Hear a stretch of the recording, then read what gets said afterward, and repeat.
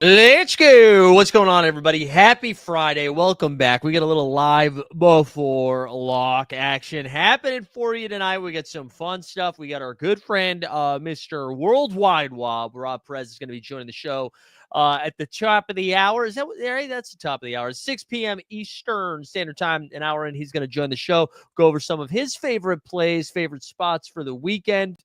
Yeah, that's right. Thank you. Recognize the haircut. You gosh darn right. But he's going to be joining us a little bit later. As always, if it's your first time here, do me a favor. Subscribe to the channel, like the stream, do all of those things. This is what we got going on today. We'll be giving away a rare tier card for some lucky winner on this show, in this stream. We're also giving away a rare tier card from the previous value hunting episode. You can't qualify for that anymore, but someone's going to win one. So we'll be doing that a little bit later. Let's get that cooking right now. Let's like the stream, subscribe to the channel, put hashtag lock into the chat. If you're watching over on the Twitter space, come on over to Elite Fantasy Hoops with Mike Zakarian to get it cooking. But yeah, we're going to go over some NBA projections. We'll poke around with our friends at Top Tier Projections, which you can sign up with the link in our show notes using promo code TEAMHOLD10 for 10% off. We'll also check out some Momentum Labs over there. People asking about the StreamYard. Listen, guys, let's not talk about it, and let's just hope it works, okay? Let's just hope it works. But good to see a lot of familiar faces in the chat. Or familiar names. I guess I can't see faces. I got to plug something, though, before we get going, okay? Before we get going, we just dropped our first episode of Hoop Sense over here. Look at that beauty over on the Count the Dings YouTube channel. I'm going to drop a link into the chat right now. So, listen, don't watch it yet. Don't watch it yet, but go ahead, subscribe to it. Go watch it. It's really excited and proud of the stuff that we're doing over there. First episode just dropped an hour ago, so you can be one of the first of millions, of absolute millions, to get your shot at watching Hoop Sense. So go check that out if you haven't done it. And then, yeah, if you're just joining, like the stream, subscribe to the channel, hashtag lock, get that in. Also, hey, cheers. Happy Friday. Happy hour. We made it. Excited. I fired in my first rare contender lineup. All right. I'm going to show it a little bit later in the show, but playing in the in-season contest. We got a rare lineup going. So I'm excited to share that a little bit later. Let's dive into tonight's slate, shall we? We got a ton of injury news. We'll look at the games first. We'll talk through some of the injury stuff as we go. Hopefully we're going to get some news shortly. And then we'll get into some of the projections. And then, as always, we'll get into your questions after we go through all that stuff. Let's do it. Actually, I'm sorry. We got one more pretty exciting announcement, too, which I referenced earlier. Starting next week, all the way through the Emirates Cup, we will have a live before lock every Monday, every Tuesday, and every Friday. You're getting an extra live before lock. That's extra giveaways. We're going to do some real breakdown stuff for the daily contest in the Emirates Cup, because that's where that sweet cash is going to be, okay? That's where all that money's going to be. Get that money. So that's what we're going to be doing next week. So that means way more of me, That means way more of me and way more of StreamYard. So locks on locks on locks. You're absolutely right. Shout out to Taco Slayer, Florida. I saw you on a show recently. All right, let's get into the schedule here for the weekend. Look at what we got going on. We've got some fantasy freaking goodness tonight, okay? Indiana is playing the Charlotte Hornets, and that is like two teams that like have I can't think of a good analogy. It's two teams allergic to defense playing each other. That's going to be fun. And if you like that kind of environment, check out the second game we got going on. That's Atlanta against Detroit. For Detroit, we should Charlotte, actually, we should point out no Miles Bridges. That guy sucks, so see you later. Hey, Wobbs, you know what, Boston Bays? You show up on time, you'll know that he's joining at 6 p.m. Eastern, you jerk. We got Atlanta for Charlotte, though. No Bridges, but Brandon Miller and LaMelo Ball. That's going to be the show over there. For Indiana, I think they're only missing just like backup bigs. They should be good to go. Nembhard's got a probable. Atlanta and Detroit, though, we're without big man Jalen Duren for Detroit, which means it might be time for B-ball Paul Reed. We got to talk about him a little bit. We also have beef stew. Maybe it's cold where you are, so you warm up with a little beef stew. But anyways, that's going to have a ton of fun in that game. New Orleans and Orlando. Maybe the biggest injury news of the evening is Zion Williamson going to play, right? He missed a couple games. Then he came back, left halfway through the game, tweaked his hammy again, we think, and then he came back and finished the game, but still has a questionable tag. No real news on him. We already know no Herb Jones. Trey Murphy is close to returning. He's already been ruled out. But he's close. And now they also lost Jordan Hawkins. So guess what? Whether you like the city of Boston or not, you might enjoy some Brandon Boston of the junior variety. Brandon Boston Jr. is going to be somebody that pops. On the Orlando side, it's Goga. It's Goga season. It's Goga for me. It's Goga for you. It's Goga for us. Boston against the Beantown Boys of Brooklyn. We've got Celtics and Nets. We don't know. Is Luke Cornett going to go? Does it matter? Is it the pride of Portugal? There's some blowout risk in this game with Celtics and Nets, although I will say the Nets have been playing teams tough. However, Neemias Queta coming off a very impressive performance in that last game against the Golden State Warriors. He actually got the start alongside Al Horford, not even coming off the bench. So when the starting lineups come out, I do think Neemias Queta might be the play. Cleveland against Golden State, I think wheels up on everybody on both those teams. Pajemski, I'm still unsure about, actually.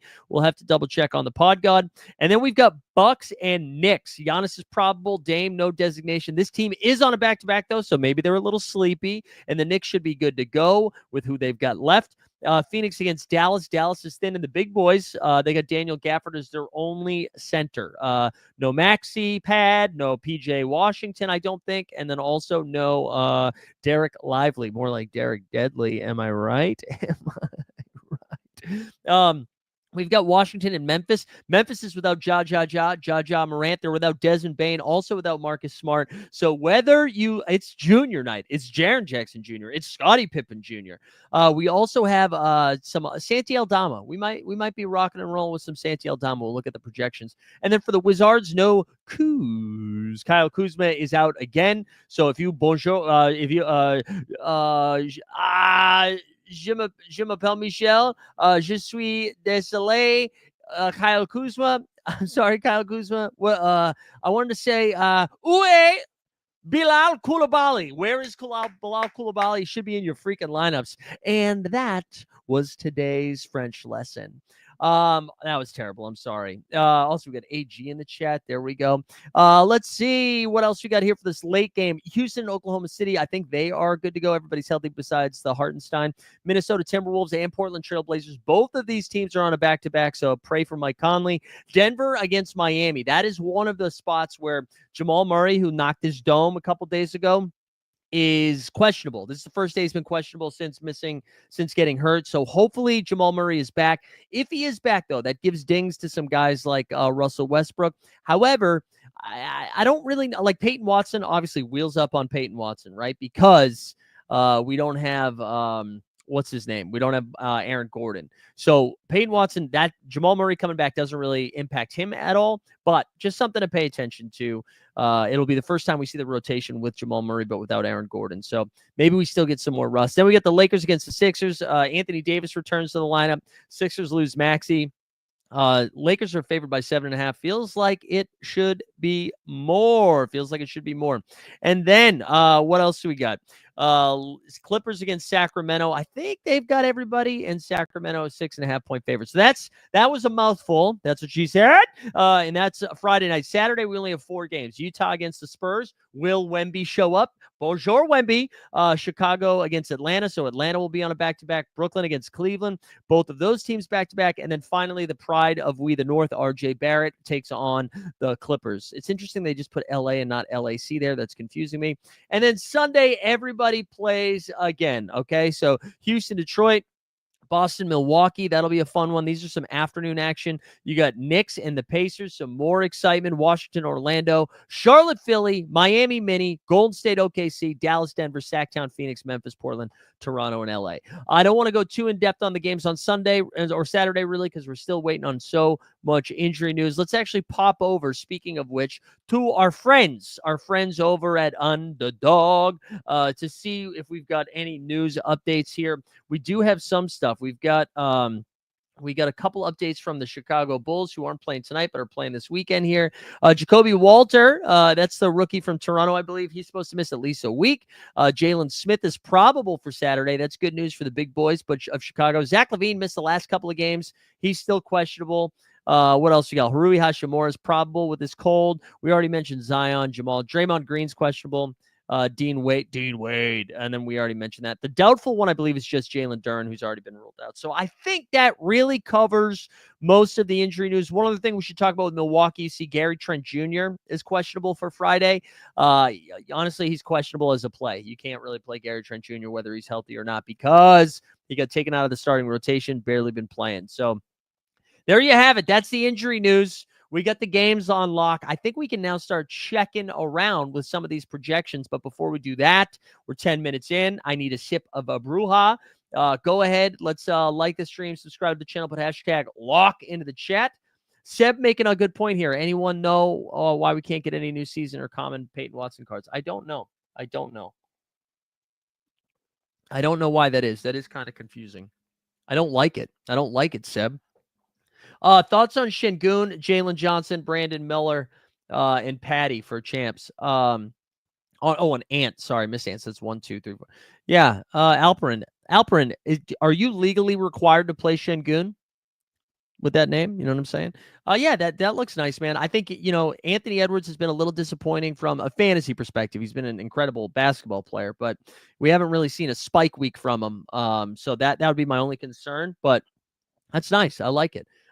We got Red Devil in the chat. Let's go.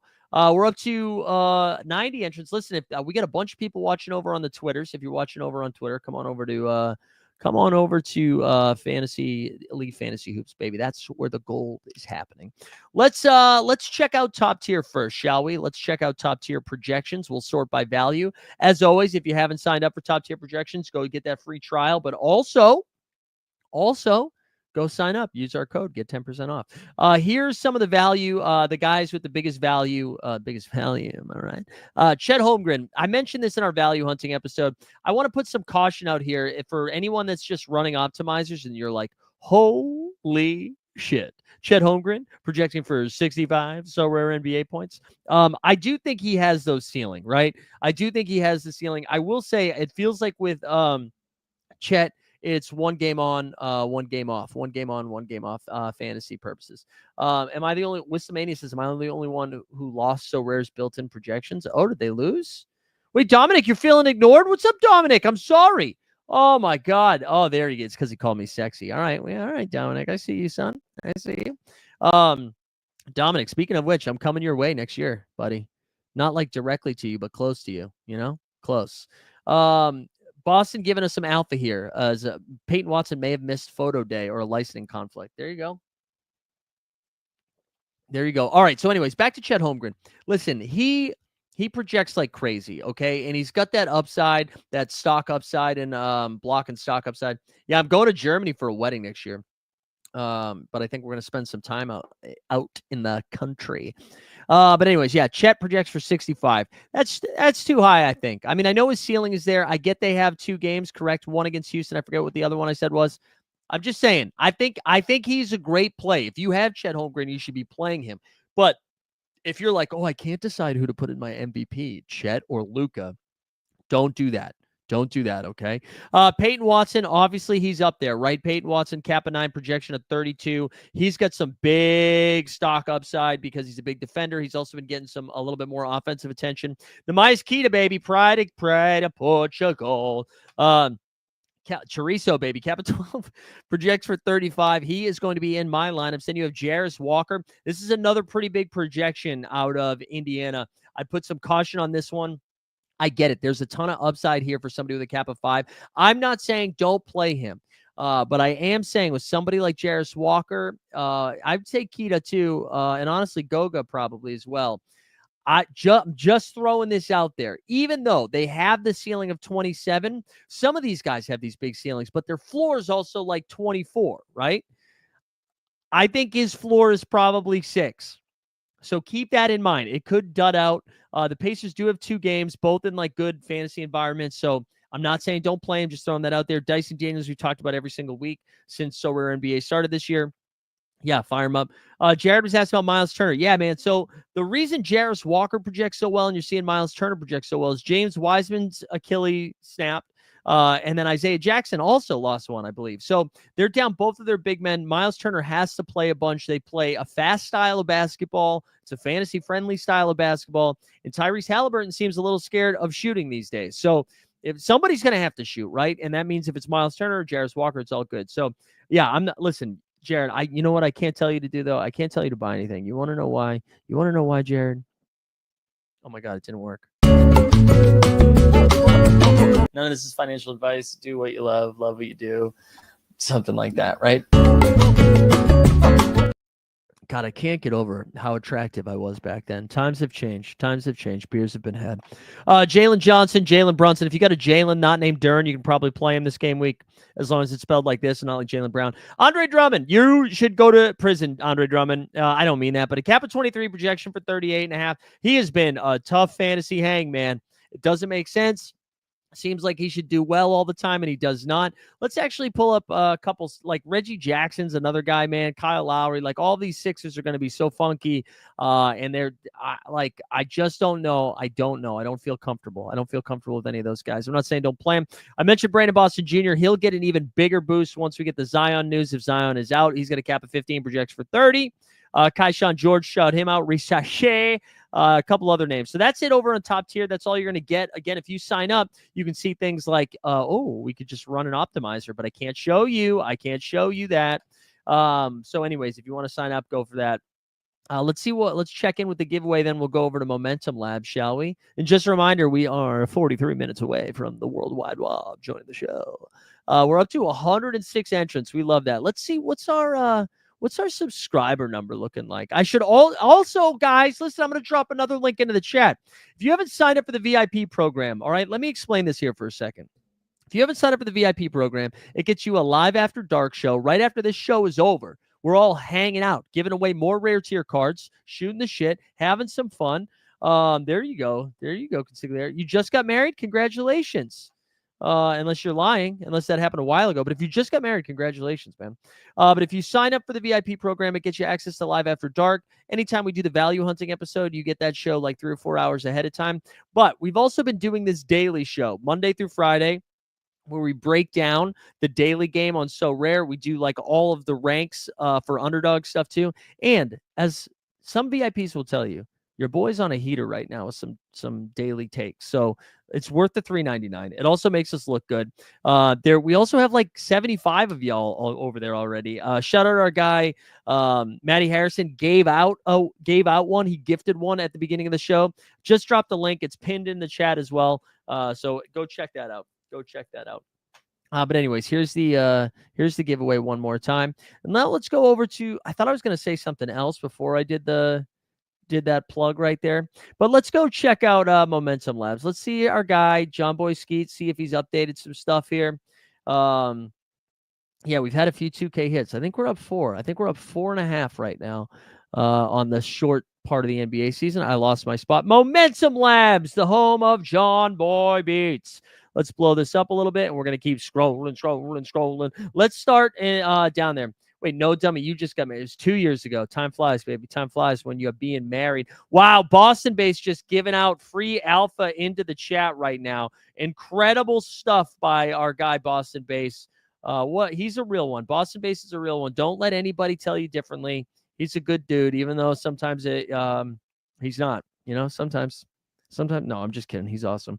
But anyways, that was really cool of you, Boston Base. Thank you for doing that. Sorry, guys, I got to update one more thing here while I'm finishing this up. But yeah, there we go. 5. Who got him? Can I see who got him? I don't know. I don't know if it tells me in the chat. Let me know in the chat if you just became one of the VIPs. Okay. Let me see. How much time do we have left before that slate? All right, we got plenty of time. All right, let's check out some of this. Oh, there we go. Will got one. Let's go, Will. Shout out, Will. Again, thank you, Boston Base. Very kind. And if you didn't get one from him, you can just sign up on your own, baby. Let's go down here. Let's go down all the way to the bottom. So, again, these are just projections. Same thing when we were looking at top tier projections, right? These aren't supposed, don't be married to these. This isn't a Bible. Just go out there and let this help you, but don't let it dictate what you do. You know what I'm saying? All right, here we go. Let's look at some of the bros in green. Oh, wait, is it Khalil Ware sighting? Who is out for Miami? Did I miss a Miami injury report here? Because if Khalil Ware is back, oh, dude, another gift. You guys are awesome. Seriously, really good, cool community shit in the chat, giving out these VIPs. I love that. Wait, Miami Heat injury report. Let me check this out. Why is Khalil Ware back? Oh, because Jaime Jaquez is day-to-day and Kevin Love is out.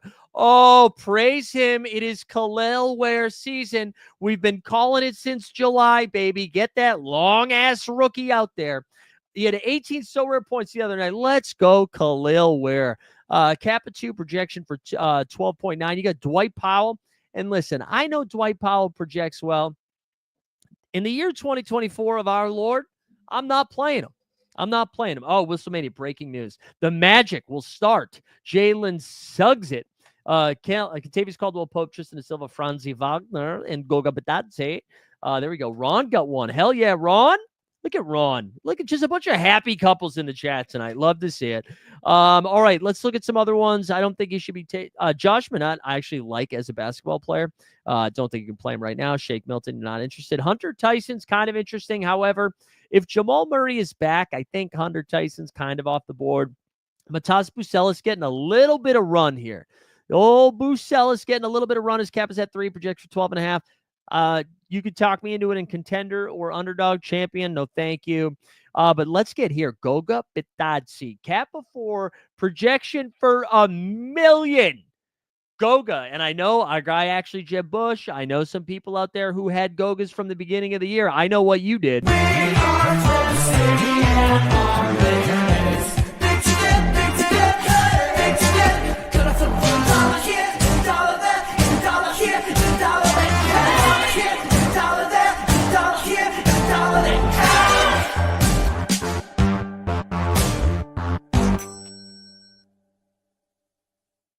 God, it feels good to hear that song. But yeah, Goga getting a lot of flip because he's projecting great. His price went up. I bought it. Jarris Walker, we mentioned him earlier. Kappa 5 projection of 23. Let's look at some of these other cheapies. Taj Gibson. Guys, Taj Gibson is starting games in 2024. Are you serious? A lot of people don't know this. Taj Gibson was on the Chicago Bulls in 1983. Taj Gibson is the starting big man for the Charlotte Hornets. I mean, God bless you. I saw somebody in the chat. Was it Ibrahim was saying that somebody told me, said in the chat they picked up or maybe it's Hershey said that.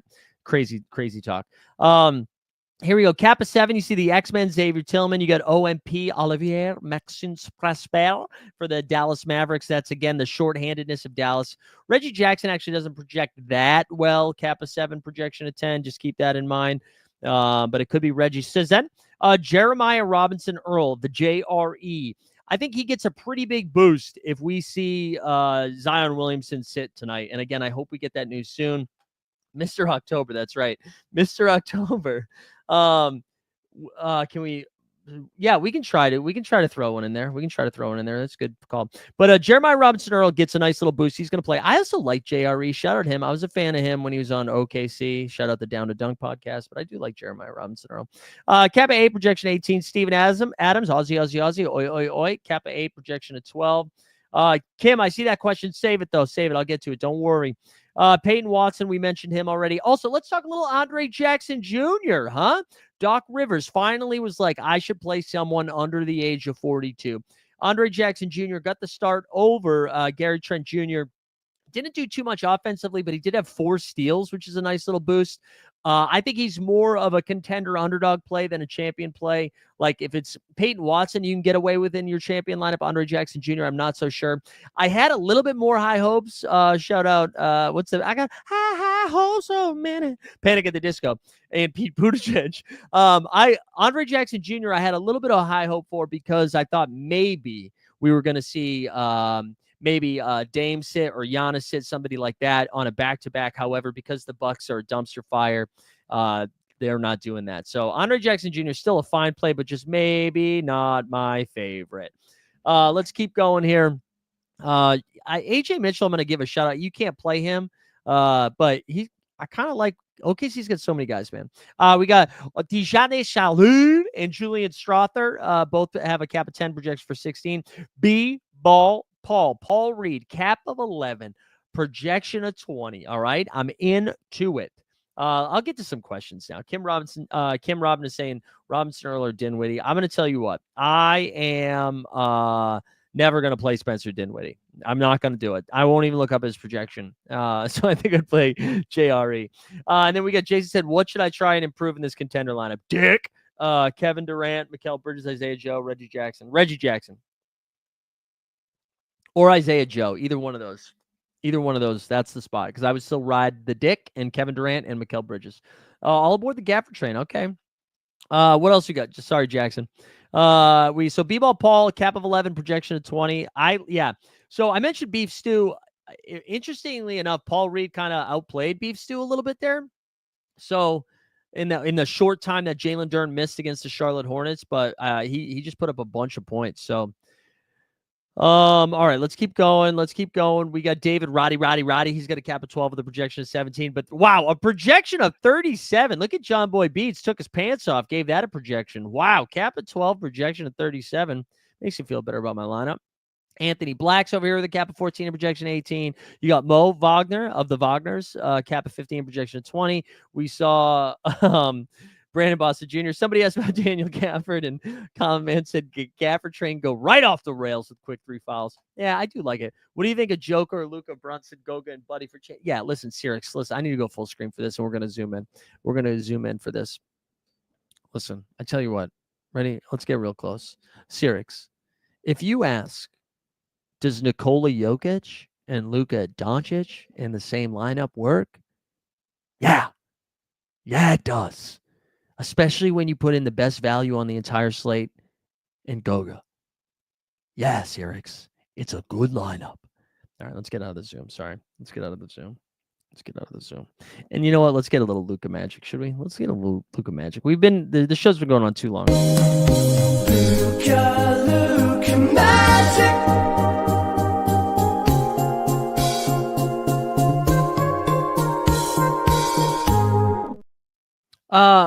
Boston Base, what are you talking about? I've seen you talk about the mouse in like 3 different streams today, and I don't know what that is about. All right, let's keep going. Let's get back to share screen here. Whoa, that's not what I wanted. Ooh, that's kind of fun. Do you guys like this? Is this spicy for you guys? No, I think I want to be where the people are. Are you going to Poland, or I heard something wrong? No, I'm going to Germany. I'm going to Germany for a wedding, but I'm going to spend some time out there. And I know our guy Dominic's not in Germany, but I feel like he's close, right? I feel like he's close. Well, he's gonna be closer than he is right now. I'll tell you that. You got Jokic, Luka, Kat, Goga. Yeah, that lineup sucks. What do you got, guys? Come on, all good lineups. We're in Germany, man. I wish I knew this off the top of my head, dude. It's out. We're going for a wedding. It's in a vineyard. I want to say it's like 40 minutes outside Munich. I don't know if that's helpful. All right, let's keep going. Let's get all the way up to 20. Tim Hardaway Jr. is going to cap a 16 projection of 24. Tim A projects well yet again, which means Detroit basketball. Detroit basketball. all right, Timmy Hardaway Jr., baby. Wait, Ludix is saying that's not too far from you. Are we going to have Germany, Austria, Poland meetup? Honestly, that would make me feel really cool. If we had an international meetup, that'd be pretty sick. All right, let's keep going. Cap a 17 projection of 31. Dyson Daniels, we talked about him earlier. My dad's been a Poland. My dad loved, he was in Krakow and Warsaw too, I think. All right, let's go. We'll do it. Add the Balkans. Let's do a hang, guys. Let's do a hang. Everybody, you guys are all international. Let's do an international meetup. I think it's in September. It's in September. AG, great call out, man. Great call out. So he said Shaedon Sharpe. Right now, Shaedon Sharpe has a cap of 11, a projection of 18. Portland is on a back-to-back tonight, right? I was a little bit nervous that he wasn't going to play tonight, but it sounds like he's not on the injury report. I love Shaedon Sharpe, man. He's one of my favorite plays. I'm almost like hoping he has like a bad bad weekend, and so his cap comes down even more. But I love Shaedon Sharpe. And I also should say, guys, we have to sound the alarms, all right? Sound the alarms. Because Scoot Henderson is playing like Poop Henderson. It is not great stuff right now. And so I'm a little bit nervous. I'm a little bit nervous about what we're getting from Scoot. But if you are in Sharpe, if you are in the Sharpe land, I think he's going to pay off. I don't know. I'd be a little bit nervous this weekend, but I'm with AG. I think that's like a good pickup right now. But we do have Zachary Risache. Bonjour, Zachary. He's going to cap 18 and projection 28. There's our beef stew we mentioned.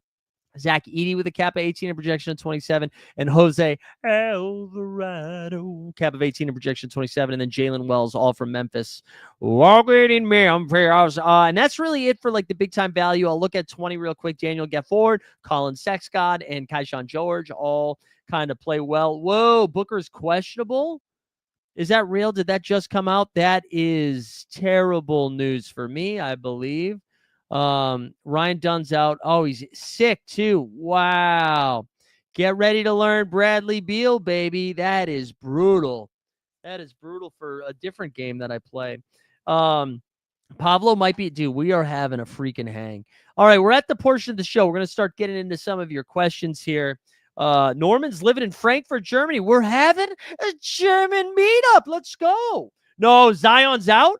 Oh, bad, down bad. RIP Zion out. Zion is out. Oh, we need a mental health check. We need one now.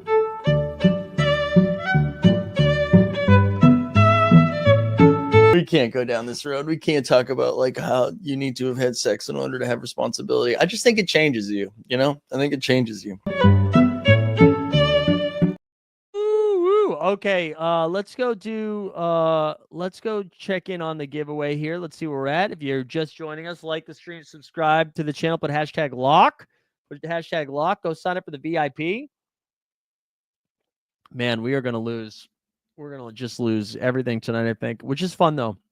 It's fun. And then, the other thing I wanted to do was we'll check out some of my lineups here. Real quick, though, we got Vienna, Austria by Robert Kramer. Man, I love this. I don't think I realized how international this show was. This is crazy. We are going to do a German meetup, and I'm here for it. I am here for it.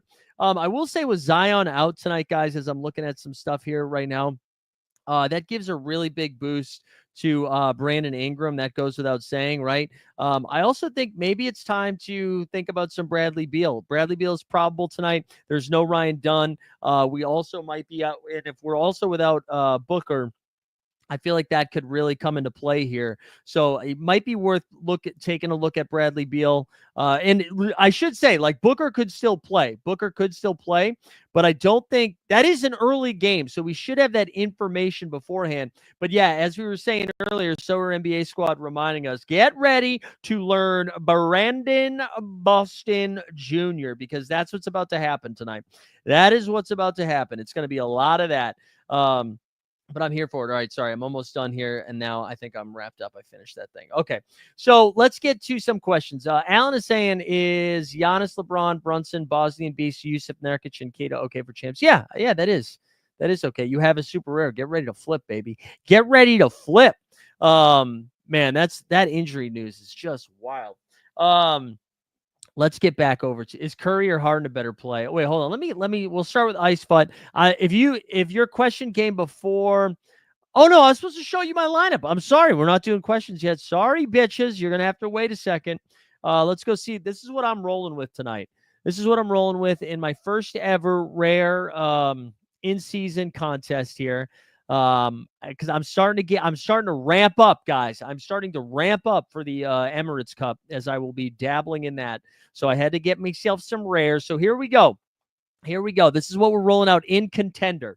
In the contender space, we have the Pride of Portugal, Nemias Queta. We got Goga Bitadze. We got Jalen Johnson. We have Jalen Brunson and Miles Turner. That's in contender, baby. You're looking at that lineup and you say, oh, shit, that's a champion lineup? No, that's a contender lineup.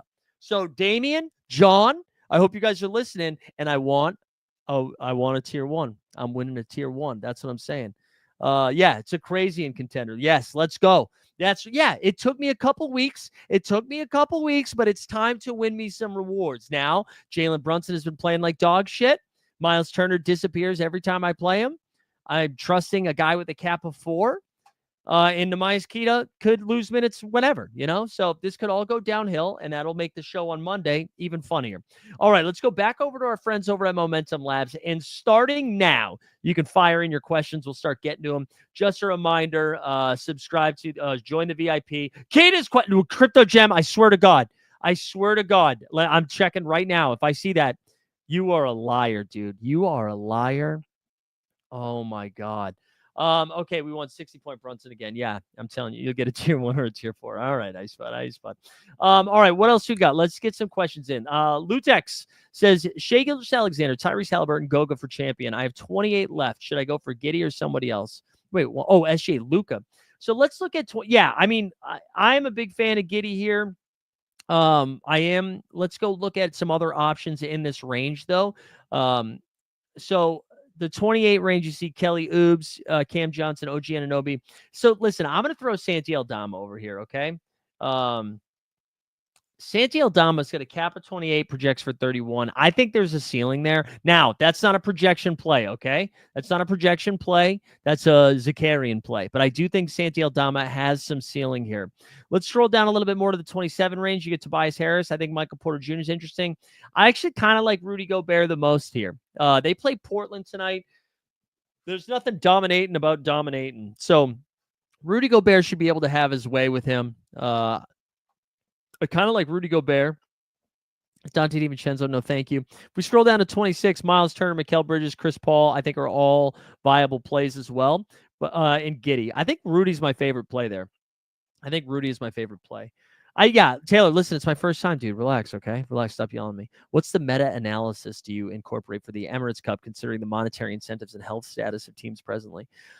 The meta is, I think teams are going to try. Best cap at 29. Well, I just showed you a bunch that were 28 and under, but I can check it with 29. 29 doesn't have anybody really popping. Jeremy Grant. I love what Grady Dick's doing right now. I'm a little bit nervous about Grady Dick with that cap, though. That cap was more fun around like 15 or 16. Let's see. Earl Robinson. Yeah, Arthur. We were talking about JRE, Jeremiah Robinson Earl. I think that's a great shout. He was already projecting kind of well. Now with Zion out, I think he gets a really big boost. All right, we got Magnum saying, rank these players: the Franzi, the White, the Pirtle, the Green. All right, this is what I'm going to do. I'm just going to give you vibes first, and then we'll double check. So my vibes tell me Franz, Pirtle, White, Green. Okay, Franz, Pirtle, White, Green. Let's check Franzia. Franz projects for 40. Let's check Pirtle. Checks for 39.5. Let's check Derek White here. For 40 as well. Okay, so I was a little bit off. I still would take Pirtle over White just because I'm a little bit nervous about blowout. I'm just nervous about this Brooklyn game. And then Jalen Green, 38. That was pretty damn close. So I would keep it the way that I said it. I would go I'd rank them Franz, Pirtle, White, Green. But I think Jalen Green clear last. The Houston makes me nervous against OKC, man. They just got the clampies. It's some of the best defense in the world that we've seen in a while. So how would you improve this underdog lineup? It's got Peyton Watson, Jose Alvarado, Reddish, Gibson, Bam. Wow. I mean, the way, so like Doug, the way that you would improve it, right? What's Reddish's cap? Is he's going to cap a 5. I mean, the way that you improve it is you get up to Jarris Walker or down to Goga. But I mean, I like Alvarado. Alvarado gets another boost now too with what's his name out, with Zion out. He's going to have to do more, and Jordan Hawkins. Like Alvarado's going to play like 40 minutes tonight. Yeah, I think that's fine. The Netherlands is invited, Bobby Rock. Absolutely. That is a good buy. I like what Kaishan George is doing. I want his cap to be a little bit lower, but I think that's fine. Taylor, I feel like you're yelling at me. All right. I know you're a married man now, but fucking chill out, Taylor. There we go. Pride of Portugal. Marco's here. We got also 25 range using Giddy right now. Yeah. So we covered some of that. Oubre, because Maxi's out. Yeah. Kelly Oubre gets a boost. I mean, if you think the Philly game is competitive, Paul George, Kelly Oubre, Kyle Lowry, all are going to be good plays. If you don't think that game stays competitive and it gets out of hand, Reggie Jackson's going to play 30 minutes. How LeBron is LeBron 40 in December, bro? Yeah, because you want to know the same thing, Alan? I'm 40 in December. LeBron and I, same age. Some say same size.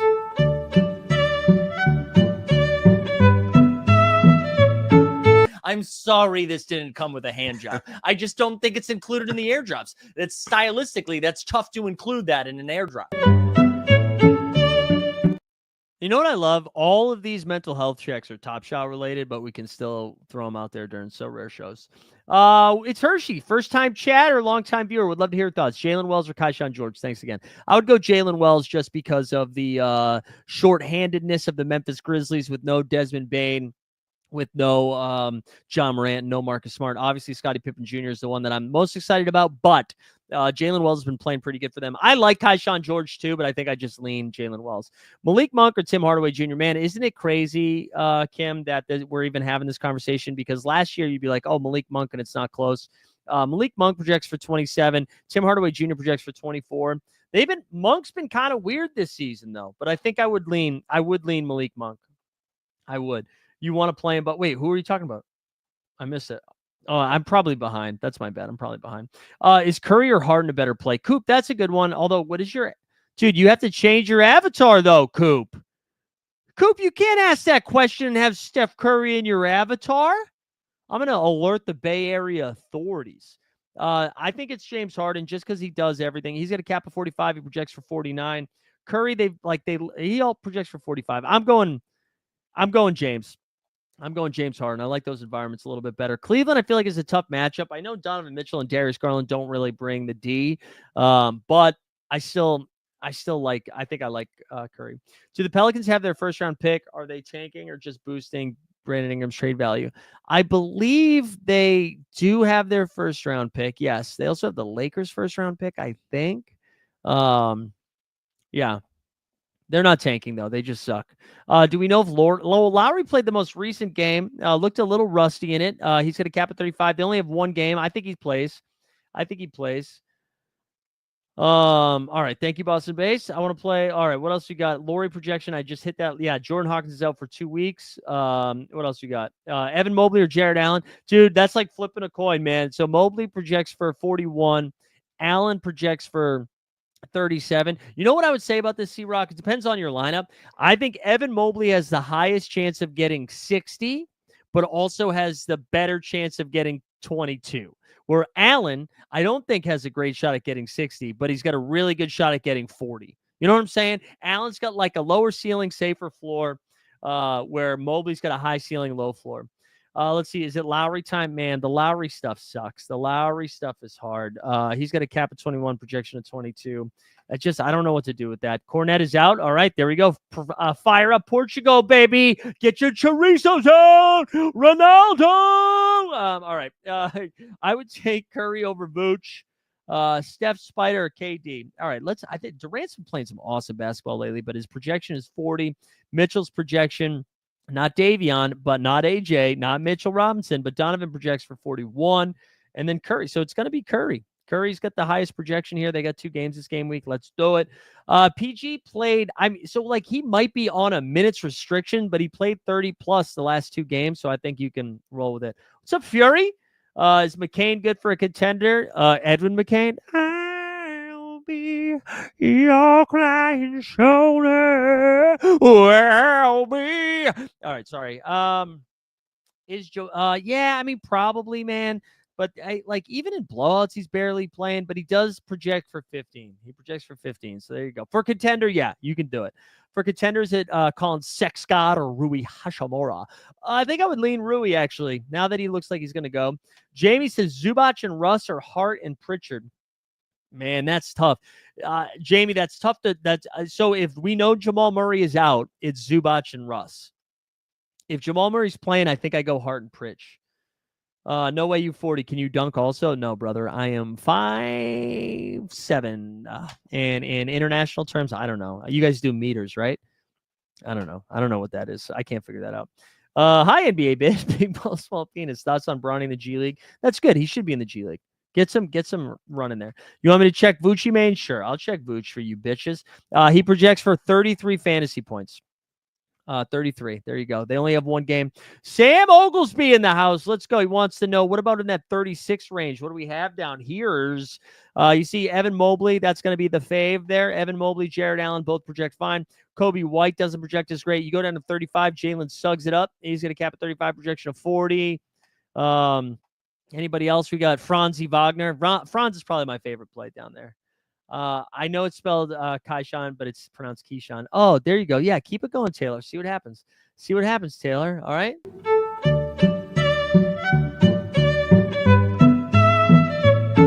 But I'm just not going to do it, guys. And it feels good to not cave to the chat because I am the boss. Like I said earlier, I'm in charge today. I am in charge. You can't tell me what to do. Look at those shitty headphones. What did I think? I was Bill Simmons doing like a walk and talk. Andrew says Stewart or Edie. Listen, Andrew, I think if John Morant was in, I would like Edie a little bit more. I think I'm going to lean beef stew, although beef stew projects the best. Beef stew. Amir Coffee and cigarettes. Let's see what Amir Coffee is projecting for. Oops. So he's going to cap a 90, projects for 15. So, I mean, he's projecting okay. Not great. Yeah, sorry, R.I.P. Sneeps, but don't worry. That means fire up Portugal, baby. What else we got? Oh, I see Marbelas in the house. Let's go. More Portugal love. Hey, let's take a break for a second to remind the people. Got to remind the people. Like the stream, subscribe to the channel, put hashtag lock. The other thing that's going to qualify for your giveaway that we're going to do at the end of the show. However, we have to do a giveaway right now for the people that participated in the value hunting episode that we did earlier this week. All right. So if you left a comment on that, telling me the player that pissed you off the most this slate, that's how you got on this list. We have 46 entrants. If you win this thing, you have to DM me either at Mike Zakarian on Twitter or in the Discord. Is it going to be Jackson Mercer? K Preemy? Jackson Mercer, 415, baby. Jackson Mercer, congrats on the dub. Big dub for you, sir. We're at the 5:40. All right, 47 minutes in. We still got like another hour and 20, so plenty of time here. Let me put this giveaway back up. I'm also going to share 2 things here into the chat right now, okay? I'm going to remind people, some great people like Boston Base and Maddie Harrison have been gifted, and if I forgot somebody else that might have done it too, have been gifting some VIPs. If you haven't signed up for the VIP, I just dropped the link into the chat. I'm also going to drop a link into the chat to join the Discord so you know when all that sweet, sweet content is going on. And I'm going to drop one more link. I'm going to remind the people, we just had a very exciting thing happen today where the first episode of our new show called Hoop Sense. There it is. Look at that freaking hot-ass guy right there. Hoop Sense right here. The first episode just dropped. You can come hang out with Hoop Sense. Go watch that. Subscribe to their channel. Give them some love so that someday I make $1 billion. So go check that out. All right, that was all the plugs. Let me go back to the projections here. And we'll get back to your questions. I know I'm like pretty far behind on the questions. Actually, the other thing I want to check, what's our subscriber situation looking like? 2,835. Let's go, baby. Let's get. I tell you what, if we get this, we're at 2,835. We get to 2,850 before the end of this show. We'll give away 2 rare tier cards at the end. All right. Kim Robbins says 1 to 10. Luca, Chet, Wemby, Bemby, Drum Dog. Who? Okay, Kim. Who is Wemby? Oh, Wemby, Bemby. We're just doing stuff. So Luca, Chet, Wemby, Drum Dog, and yeah. Okay. All right. My bad, Kim. I take it back. That's good. 1 to 10. This is a 10. This is a 10, man. Drum Dog makes me nervous. If you get up, but he projects great. So projections are going to tell you that's great. Good stuff. Dude, shout out Edwin McCain. Keat over Cornette. I'm sorry, Mike. It hurts. No, I got Keat in my lineup right now. Also, Weisberg just gave out 1. Hell yeah, Mike Weisberg. Thank you, brother. Scottie Pippen Jr. a better play than Michael Porter Jr. Interested? Should we throw Jaren Jackson Jr. and maybe Brandon Boston Jr. into this? Just get all the juniors together. Let's look at Scotty Too Hottie. He projects for 32. Man, I can't. Michael Porter Jr. projects for 34. Honestly, guys, I think I am doing it for, I think I'm going Scottie Pippen Jr. over Michael Porter Jr., okay? Listen, I'm going to say it again, loud and proud for the people in the back. Scottie Porter Jr. over. We're the Porters. We share the crowd of up and down performers. Throwing things in buzzer beater corners. And one of us is playing for the Warriors. We're juniors and we're the Porters. Okay, I lost my spot wherever this comment was. All right, I found it again. All right, I'm going to do some fast stuff. Let's get, optimistic he'll play. Let's go, Devin Booker. Come on, baby. Take some NyQuil. Actually, DayQuil. I want you happy. I want you not drowsy. So some DayQuil. Let's go. Thank you, everybody. Look at you guys just sharing Gambo. All right, Red Devil says he got AD, Sabonis, and Cade Cunningham, and Draymond Green, and Ryan Rollins. Any chance? So I don't love the Ryan Rollins call, but I get you're just trying to force something in there. Yeah, you can ride with it. Let's see if I can do. How is brother Nurk only projecting 29? Don't they know he shoots threes down? Listen, Alan.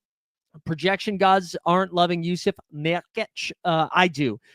They only have Daniel Gafford out there. Nurk at minimum. Nurk should have 10 points and 16 rebounds tonight. That's what I'm doing. All right, let's go. Brandon Ingram or Jalen Johnson. With no Zion, it's Brandon Ingram. It is Brandon Ingram for me. This is before Zion got ruled out. Brandon Ingram projects for 32. That's now up to 45, I would say. His projection is now 42. Let's just give him 10. 42. Jalen Johnson, though, actually might project better than that. Nah, it's pretty close. I would lean Ingram over Jalen Johnson. I would. Malik Monk. Miles Deuce McBride. Benedict Mathurin. Royce O'Neal. Christian Brown. Can you rank them? Yes, I can. Benedict Mathurin, Christian Brown, Malik Monk, Deuce McBride, Royce O'Neal. There you go. Can you explain who Trayvon is? First time I've seen him outside of random tweets. Trayvon Edwards he's the host with me on Hoop Sense. Trayvon is he's just so well connected in the space. He is in both in brand partnerships and as an influencer working with other influencers. He's also deeply connected in the basketball media space. He kind of does a little bit of everything. I'm doing a bad job shouting him out. I'm sure Weisberg will share some too before. I'm sure I'm just so far behind. Do you see a world where S1 cards become more valuable in the future? Not the way that they're doing it, Josh. No. The only way that ever happens, man, is if this fantasy game becomes so freaking good that it becomes more of a collectible. Then I could see it happening. But they their business model. They want us buying the new stuff, right? Because that's how they make some profit, is us buying some stuff. So all of the prizes are always going to be a little bit top heavier with their new stuff, which makes sense. So I don't see a world where that happens. 2 rares there you go, Alan. Is Giannis or AD a better MVP? I was a little bit nervous with Giannis on the back-to-back here. Projection-wise, it'll tell you Anthony Davis is the better one. They both have 2 games. Anthony Davis has been incredible, so I would go for it. Aaron, this is a great question, man. We haven't talked about RJ. He's got 2 games. He's got a cap of 42, a projection of 33. This projection sucks. I'm not buying this. I know Emmanuel quickly is close to coming back. Donovan Mitchell projects for 41. I'm going to say, again, this is another Zakarian take. I would take RJ Barrett over Donovan Mitchell. RJ Barrett has been playing phenomenal basketball. Yusuf Nurkic or Andre Drumdog Millionaire. Give me Yusuf Nurkic. Hoping they release this Jamal Murray injury news. I know, man. We need it soon. Let's see what else. Ingram only has 1 game, though. That's all right. I'm riding with it. Ingram without Zion. Listen, I know they're playing the Orlando Magic, and the Orlando Magic are a strong defensive team. Right? They are. Yeah, I still lean Ingram. What's the best play for a Kappa 16, says Lutex. Let me scroll down a little bit here. What do we got going on? I see Tim Hardaway Jr. That's the clear best one. Sammy Hauser's fine. You go down to 15, Brandon Boston Jr. Brandon Boston Jr. actually becomes the best play, especially with no Zion, man. Mo Wagner should get a shout too. We haven't talked too much about him. And then Nehemias Queta gets a boost too. All right, Josh wants me to rate. Let's go. Queta, Nurk, Turner, Gafford, Mobley. Yeah, man, that's pretty good for a contender. It's not touching my Jalen Brunson contender, but that's pretty good, Josh. That's pretty good. Best cap for 23, common champ, so highest ceiling. The highest ceiling, I think it's actually going to be lower guys. Like Dyson Daniels is probably my favorite so far. Dyson Daniels, Keyshawn George. That's it. Those would be my two favorites. And then Drew Holiday. Wow, Drew Holiday's cap is all the way down to 23. Peyton Pritchard. Peyton Pritchard, low-key projects better than Drew Holiday. Actually, Peyton Pritchard, we should give him a little love. If you think the Celtics are going to beat the snot out of the Brooklyn Nets, that's what I would do. Paul Reed projection, yeah.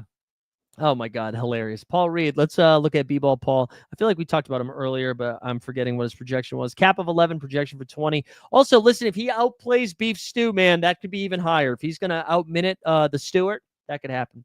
How long do you see the new cards holding the inflated value for?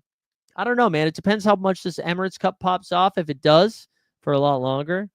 Anyone? Oh, wow, George. George trying out here doing some work, huh? What's up, George? Let's go. What else we got? Pick two between J-Dub, Jaren Jackson Jr., Bam, and Mobley. I would Jaren Jackson Jr., maybe my favorite. It's Jaren Jackson Jr. and Jalen Williams. We haven't talked about Jalen Williams. He's been playing awesome to start this season, man. And I know he's got a little bit of a floor. Jalen Johnson projects for 35. Let's look at Bam projects for 39. I still think I would take J-Dub over him. Jaren Jackson projects for 39 and Mobley project. Wow. So my two are the lowest.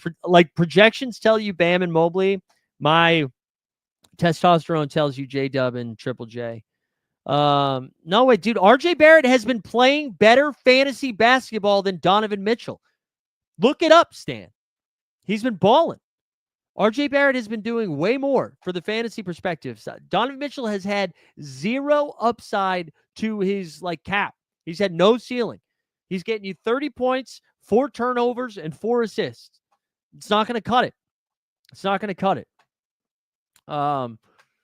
Stan, man. Am I going to do another mental health check because Stan upset me? Oh, my God.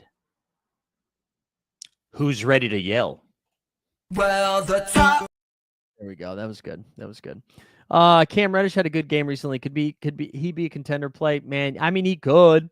I don't love it. Yeah, we got Nehemias Queta, baby. Look at Whistlemania doing the Lord's work here in the chat. Seb said his contender is B.I., Turner, Franz. Okay, all right, Seb. Seb, is this in rare? Because you and I might be balling for the podium, which Taylor has informed me it's only cash. It's only cash in boxes. You don't win any cards anymore. Shut up, Taylor. Oh. 23 got to be Mathurin. Yeah, Benny Matherin's balling. Benedict Matherin's balling. Nembhard is back, though.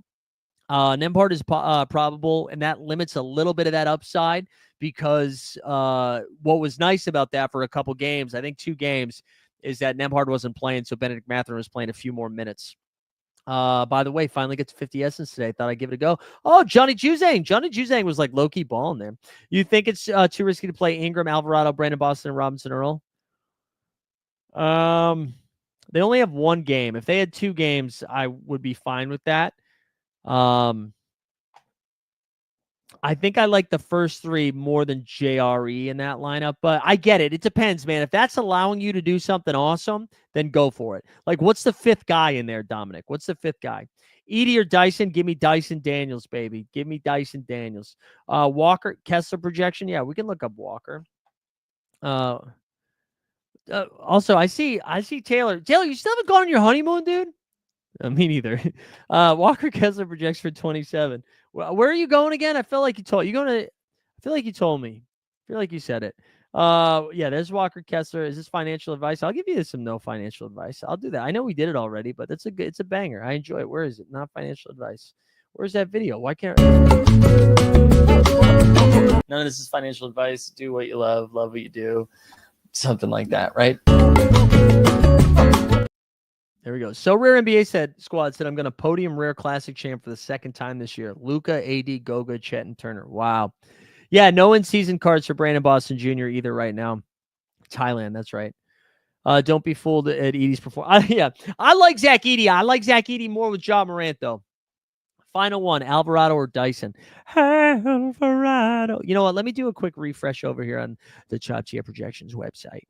Let me see what Jose's doing. Jose projects for 37. Dyson projects for 30. Wow, it's the same. It's the same, bro. Good luck. Go Vibes. It's on you. It's not one lineup. Just curious what you think about just with one individual. Oh, I see what you're saying. Yeah, I mean, I think you can do it. Those are all excellent plays. It's bull play. You guys just want the drops, and you know what? I'm a sucker. Bull. Bobo. His first name is Bull and his last name is Bull. No, Look yeah, at his legs. Close. Long legs. Oh my god! I bet his legs are taller than my whole body. I'm leaving you for Bull. Like, God, what beautiful people. Greg and Aubrey, love them. Miles Turner or Franzia? Let's I think projections are going to tell us it's Miles Turner, but let me double check. I kind of like Franz. Miles projects for 38. Franz projects for 40. Okay, it is Franz.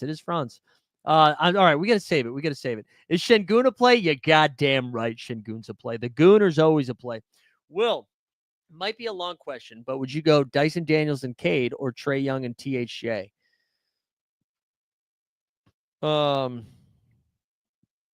Dyson Daniels and Cade. I think I like I like that one. I like Dyson Daniels and Cade. I love Cade tonight. I mean, I love Trae tonight too, but I like Cade's ceiling is similar to Trae's. Dyson is such a higher ceiling. They're in LA. They're in LA, baby. What do you think the ceiling score is for this champion lineup? 80, Tatum, Dyson, Pritchard, MPJ. The ceiling? 220, 225 probably. I think you get 220, 230 if you think Michael Porter Jr. can get you 50. I think you go like 80, 50 plus, Tatum 50 plus, Dyson 40 plus, Pritchard 40 plus, Michael Porter Jr. 40 plus. That's kind of where I landed on that. Let's see. Let me see if I can did we get any more injury news here? Let me refresh the underdog here. Just starting lineups. So Grant Williams available to play. Brandon Miller available to play. Oh, we got Emmanuel Quickly is questionable for Saturday, and then Keontae George questionable for Saturday. If Keontae George is out, people were asking about who was it? Colin Sexton and Jordan Clarkson earlier. Clarkson's also better too. Big picture question that's probably better suited for a VIP show. If you have a big collection, does it make sense to do about half the lineups between classic and in-season, focus on daily? I mean, that is true. We are going to, like I said this at the top, by the way, if you guys missed it, because there's a lot more of you here now. For next week, starting next week, we are going to be doing 3 live before locks a week, which is probably too many. But we're going to be doing, sorry, I'm trying to pull up the giveaway if I can find it. We are going to be doing live before lock on Monday and then Tuesday as well. Tuesday just for the Emirates Cup. And then same thing on Friday. I think there is some truth with the Emirates stuff. I would be focusing on the daily on Tuesdays and Fridays. I would. That's where the bigger prize pools are. That's where the money's going to be. It's a little bit more fun. I do think that's what I would do. Good question, Mike. Also, remember, like the stream, subscribe, hashtag lock into the chat. A bunch of people watching over on Twitter, too. If you're watching on Twitter, feel free. Come on over, baby, to Lead Fantasy Hoops over on YouTube. That's so you can qualify for this giveaway, because if you're on Twitter doing it, that's not going to win you shit. Let's see. There was another question that came in. Do you think, Peyton Watson and Şengün or Walker Kessler and Rudy Gobert? I would go Watson and Şengün. Also, either way, those are great. That's a great combo for a contender, both of those. Migo Blue, do you think Chet, Dyson, Edey, Risa Shea, Turner? Yeah, that's good for contender, man. Turner's an elite contender play. Risa Shea still has some upside. We saw him go for 33 against the Knicks, right? Actual points. I love Dyson. I mean, your biggest, you just need Chet to hit that ceiling and Edey to show up as well. That is what you are rooting for in that situation. And then Jalen Johnson or Jalen Brunson. So you know what? That's kind of Jalen Johnson actually projects a little bit better than Jalen Brunson. However, I think guys, I've been saying this for almost a full year and a half now. Jalen I mean, guards against the Bucks, they usually just smoke them. They usually smoke them. So I know Jalen Brunson has been disappointing. So you probably want to play Jalen Johnson. I get it. I think I'm going to go Brunson with a lot of my stuff today. All right, let's see. Hold on. Sorry, guys. I'm just making sure I maxed out everything over here on Underdog. Dude, you're Devin Booker, like my fourth highest owned guy. We really need Devin Booker to play tonight. Really need Devin Booker to play tonight. Just a reminder, too, Worldwide Wob just going to be joining us here in about 10 minutes or so. He'll be jumping on, which will be very exciting. Let's see. What else we got? The thought process is that if you win a daily 3-star box, you can rack up lots of essence regularly. Yeah, that's true too. Am I cooking with this 5 common contender? Or are you cooking with Cade? Cade Cunningham. Yeah, dude, this is a great lineup, Will. Cade Cunningham, Jalen Johnson, Goga, Keyshawn, and Dyson Daniels. Yeah, man, that is a great lineup. I like it. I think you can roll with that. That's pretty good. Şengün and Jabari going to stop Chet low-key. Okay, Alperin. Listen, man, you could have tricked me by just saying Jabari going to stop Chet low-key. Şengün has never stopped anybody on defense. Never. What are we thinking of D'Lo after JJ's comments post-Memphis game? Dude, I'd be pretty nervous about running D'Lo out there in any sort of lineup.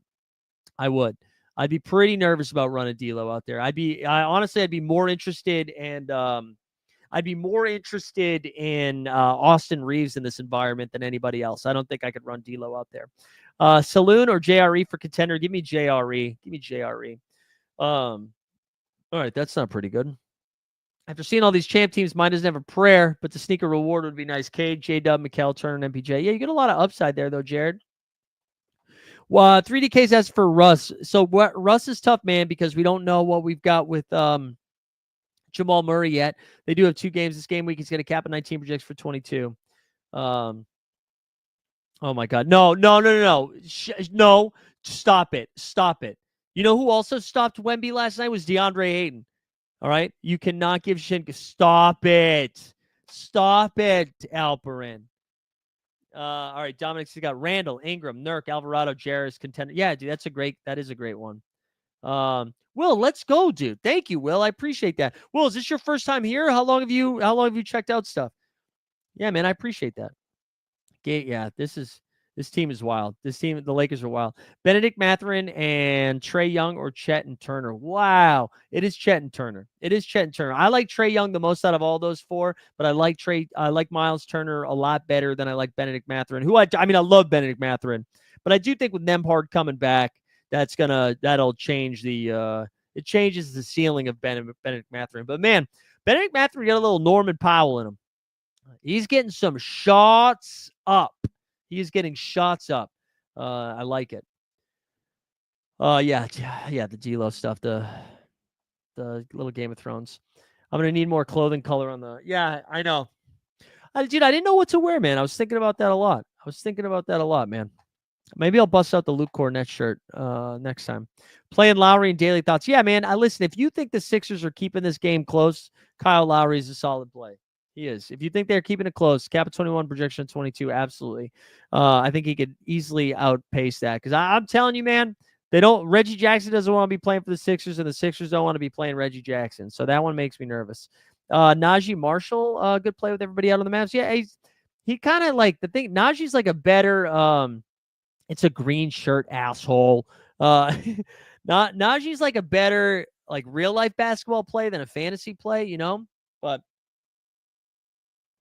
You could do worse. I like Jay Huff a little bit better in that range. There's a Tim Hardaway Jr., but you can do, like, if you just have one play left and you have Najee, you could do it. It's Goga. The best value play overall is, yeah, right? It is Goga. What do you mean ignore the cap? Do you mean who has the highest ceiling? Tom Brady GOAT? Agreed. Do you mean the highest ceiling? Or aside from Goga, it's going to be Jarris Walker. Like according to top tier, sorting by value, Chet Holmgren is actually the best value. But again, that makes me nervous. It's Chet, Peyton Watson, Nehemiah Keita, Jarris Walker, and then Goga. So Chet technically is the best value. But I think Peyton Watson, cap a 9 on Peyton with a projection of 32 is crazy. Also, Garland or Jalen Suggs and Daly. That's a good one because those guys project like pretty similarly here. Jalen Suggs has a cap of 35, a projection of 40. My guess is Garland comes in under that. Yeah, he projects for 38. That's pretty close. Yeah, I think so. I think you lean Suggs there. You lean Suggs. Best 3 guards with cap around 10. Why does it have to be a guard, Sam? Why do you need a guard? Do you only have guards? Or is that for daily tonight? The best guards are, let's see, best guards. I don't know. Jaden Hardy, Cam Reddish, AJ Green. I think AJ Green's an interesting shout. Reggie Jackson. Yeah, it's probably Reggie Jackson. And then you see, what are some other guards here? That's Andre Jackson Jr. Is Peyton Watson? I don't know. That's tough. Where's Lamar Stevens? Great question. I don't know. Paul was asking Evan Mobley or Jared Allen. Yeah, man, that's kind of the same. I was saying this earlier, probably before you got here. I feel like Evan Mobley has a higher ceiling, but Jared Allen has a higher floor. Wait, new Flagma says new here. Love your content. Big shout out to VYSE introducing me to is so rare on your channel. Wait, who's VYSE? I got to look up who VYSE is. That's a great shout. Thank you, Flagma. Yeah, sorry guys. I finally entered in-season tournament lineup that I didn't really focus on. I didn't focus on the dailies today. Your daily is Tatum, Luka, White, Alvarado, and Dyson. Is Kyle Lowry worth using in pro lineups or daily? I mean, it all depends on what your lineup is, man. I think probably do the Sixers have 1 game or 2 games? Yeah, I'd put it in pro. I'd put Lowry in pro. I was talking about that a little bit earlier. Trey, that's wild that you guys know me, but not Trey. Trey's like super. He used to be on in the Athletic NBA show. He was on their podcast. He's got one of the Count the Dings bros. He's done so much. I'm doing a bad job. He's just like super connected in the basketball space, both on the both with like players and on the business side of stuff. I'm doing a bad job shouting him out, but he's awesome. Just wanted to see if I should sell my Peyton Watson cards, and I'm a duck quack is selling like 20 of them things. Oh, so you're telling me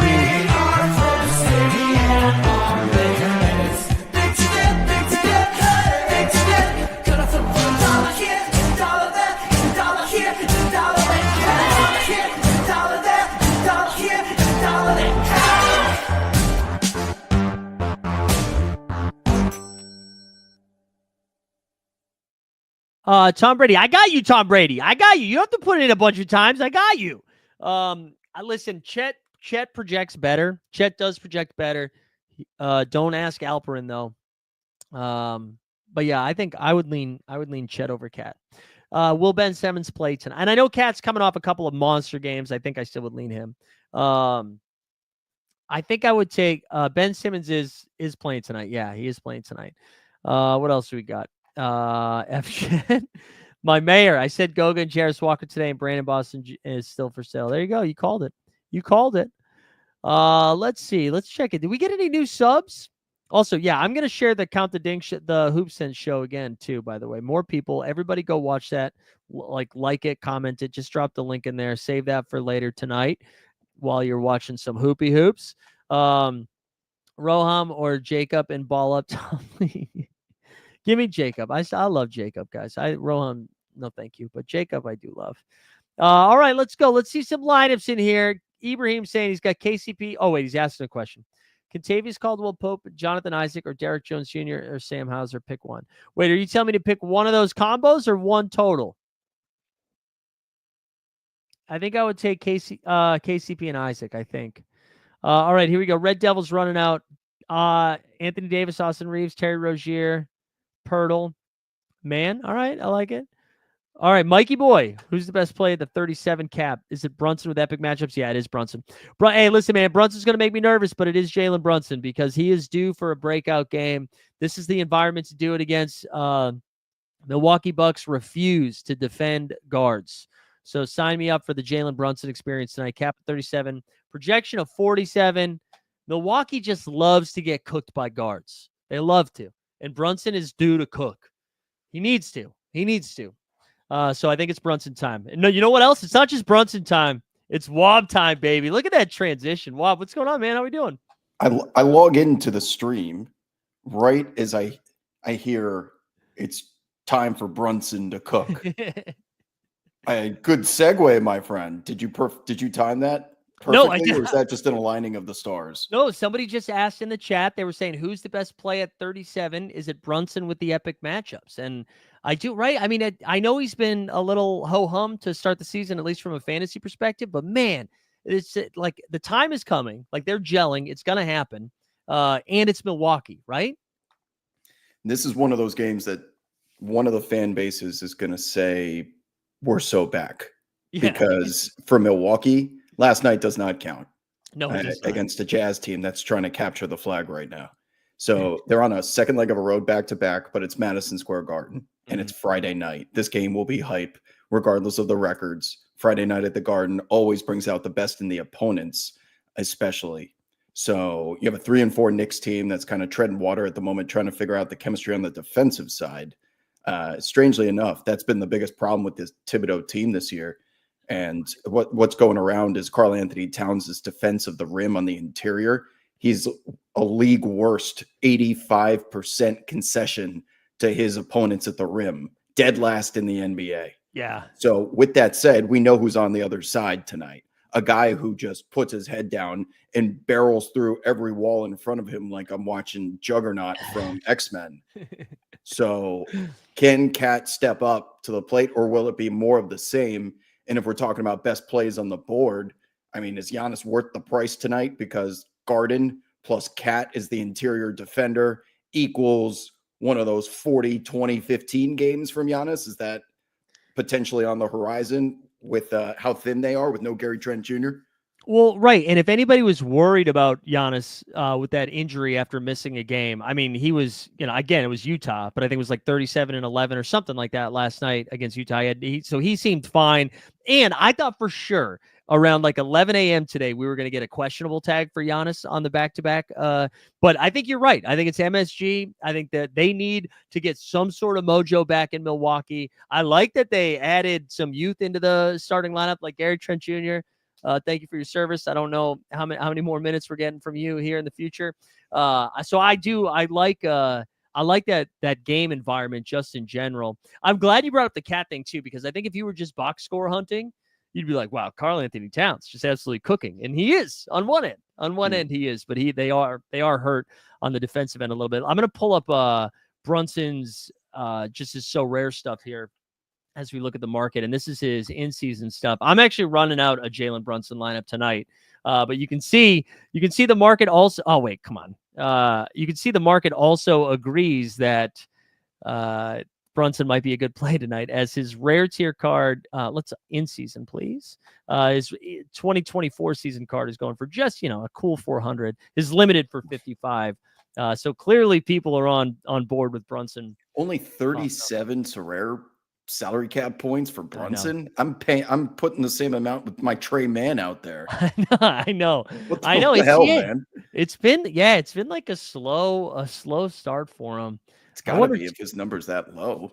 Yeah, I wonder too, just like it probably with the playoffs too, because he had that game right where he got hurt early, right? So he probably dropped like a 4-point score or something like that. And I bet that's still included in the 10 games. So I bet that's part of it. Well, thankfully, for any Jalen Brunson Sorare owner out there, it takes the average, not the median. Right. Because that one game is going to sway the average completely. And now Jalen Brunson is like a must play at that number. Right. Exactly. I was looking at some of the other games tonight too. One other name I wanted to throw at you, like Detroit and I was going to say Charlotte. It's not Detroit and Charlotte. Detroit and Atlanta. I feel like Cade Cunningham is just absolutely on fire here to start the season, and that is another game environment that I'm excited to attack tonight. Why does this stream always lead off with the sicko game of the night? I know. You always pick the 4 p.m. Pacific time games between like the Pistons and the Hornets, or the Pistons and somebody. Well, it's because I'm on East Coast time and I'm trying to be like, oh no, basketball's good early.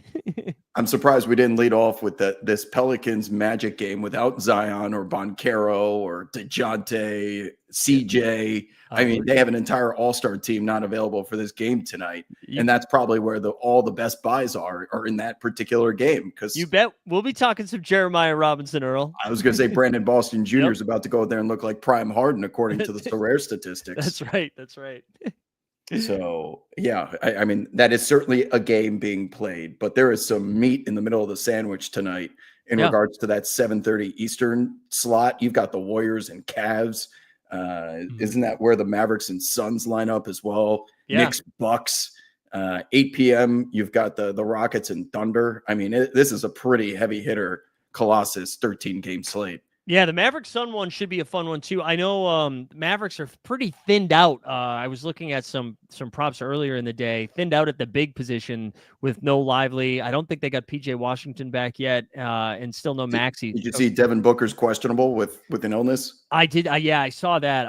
And then like another report right after saying he was optimistic to play. I freaking hope so. But Nurk, I feel like Nurk should have no problem getting 35 rebounds tonight. If that's who's going up against. And he had like a weird start to the season where they weren't like Bud had a pretty quick leash with him. I think he was liking what Plumlee was doing for him off the bench a little bit more than what Nurk was bringing. But the last couple of games, his minutes have been ticking up a little bit.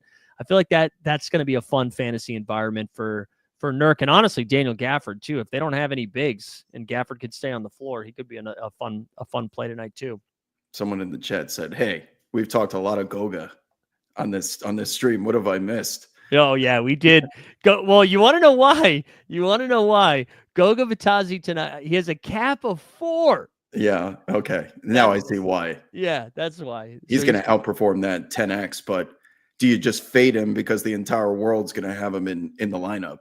That's true. Yeah. Or you have to find a different way to get unique. You can't, because everybody's going to be, sorting value and then plugging in all the same guys. But it's also, he's going to be going up against, right? Because it's Orlando and New Orleans tonight, I think, right? Yeah. So someone has to score at some point in that game, right? You're absolutely right. You're right. Let's talk Cleveland Golden State a little bit. I feel like that Golden State's been playing sneaky good defense, which makes me a little nervous. It's not sneaky anymore. Yeah. After that game against the Celtics, that entire first half, they were running the best team in the league off the 3-point line. Mm-hmm. Of which they were just feasting all season from out there. Everyone knows exactly what they're going to do. They run 5 out, 0 in. They have players that can put the ball on the floor and get to the rim. Granted, Jaylen Brown was not in the lineup that night, but they have guys that can put the ball on the floor and get to the rim, get by their on-ball assignment. What happens when you get by your on-ball assignment? You have to send help. And what do the Celtics do when they see the help come and they drive, they kick, they step into wide open threes and they bury them? Mm-hmm. They have 5 guys who can drive and kick and make punish threes, which is why they're so damn good. Now, with the Warriors, they were moving around out there like an amoeba-style defense, running 12-man rotations. Hockey shifts keep coming into the game, and now the Celtics are seeing an intensity on defense that they have not seen quite yet. Now, let's give credit, of course, to the effort of the likes of Andrew Wiggins and you name any of those bench players from Podziemski all the way down to Lindy Waters. It didn't matter. They're out there just running around like their hair's on fire. Mm-hmm. And that's one of the luxuries you can afford when you run a 12-man rotation that nobody's ever tired because no one plays more. That was the first time all season that their starters had touched minutes in the 30s. Yeah. Okay? In the 30s, not the 40s, the 30s.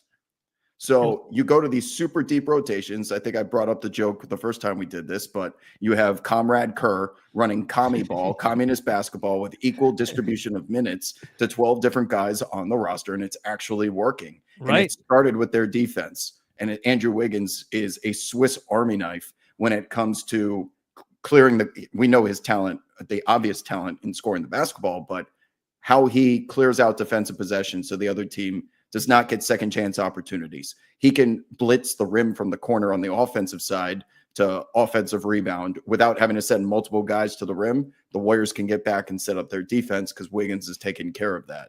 And then when he's slashing and doing his things, I mean, you're seeing why this team is 7-1, and it's no accident. Now, the minutes distribution, sorry to cut you off. No. It's working for now.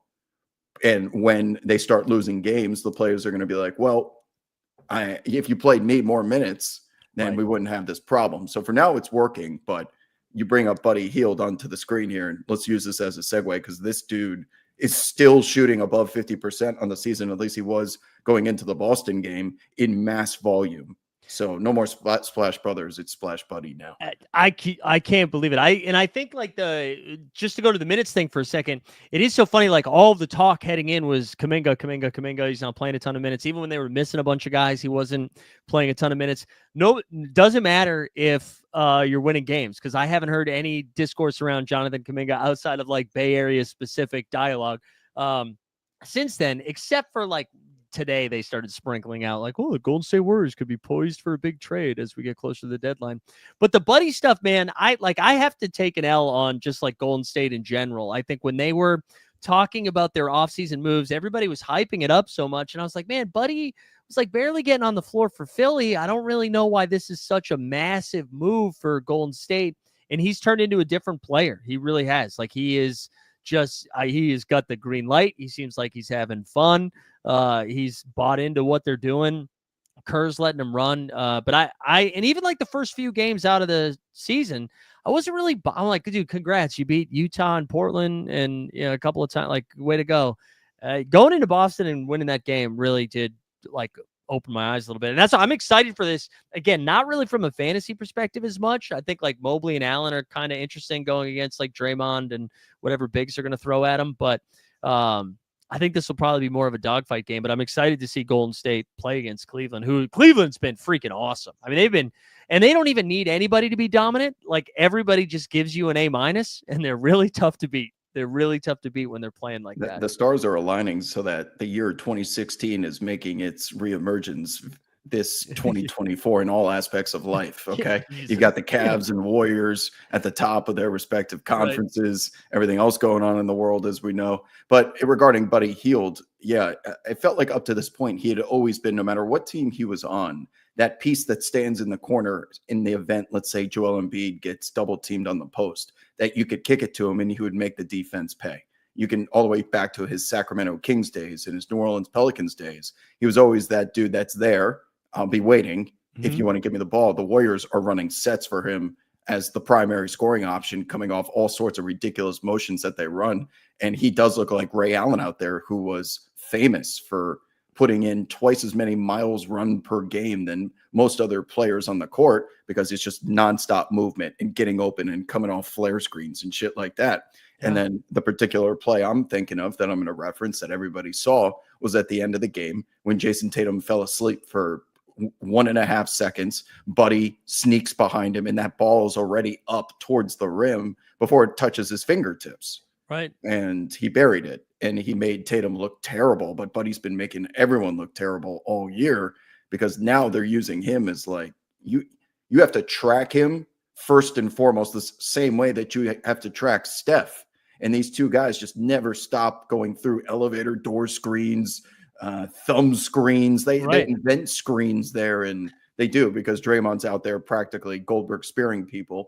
But they're just doing so much with their offense. When you have a talent like Buddy Hield that's built exactly for this, it should not surprise anyone why the Warriors are shining. And he's certainly worth that price tag, by the way. 26 is low. $21 to purchase this card is probably low because this feels like the bare minimum we're going to get.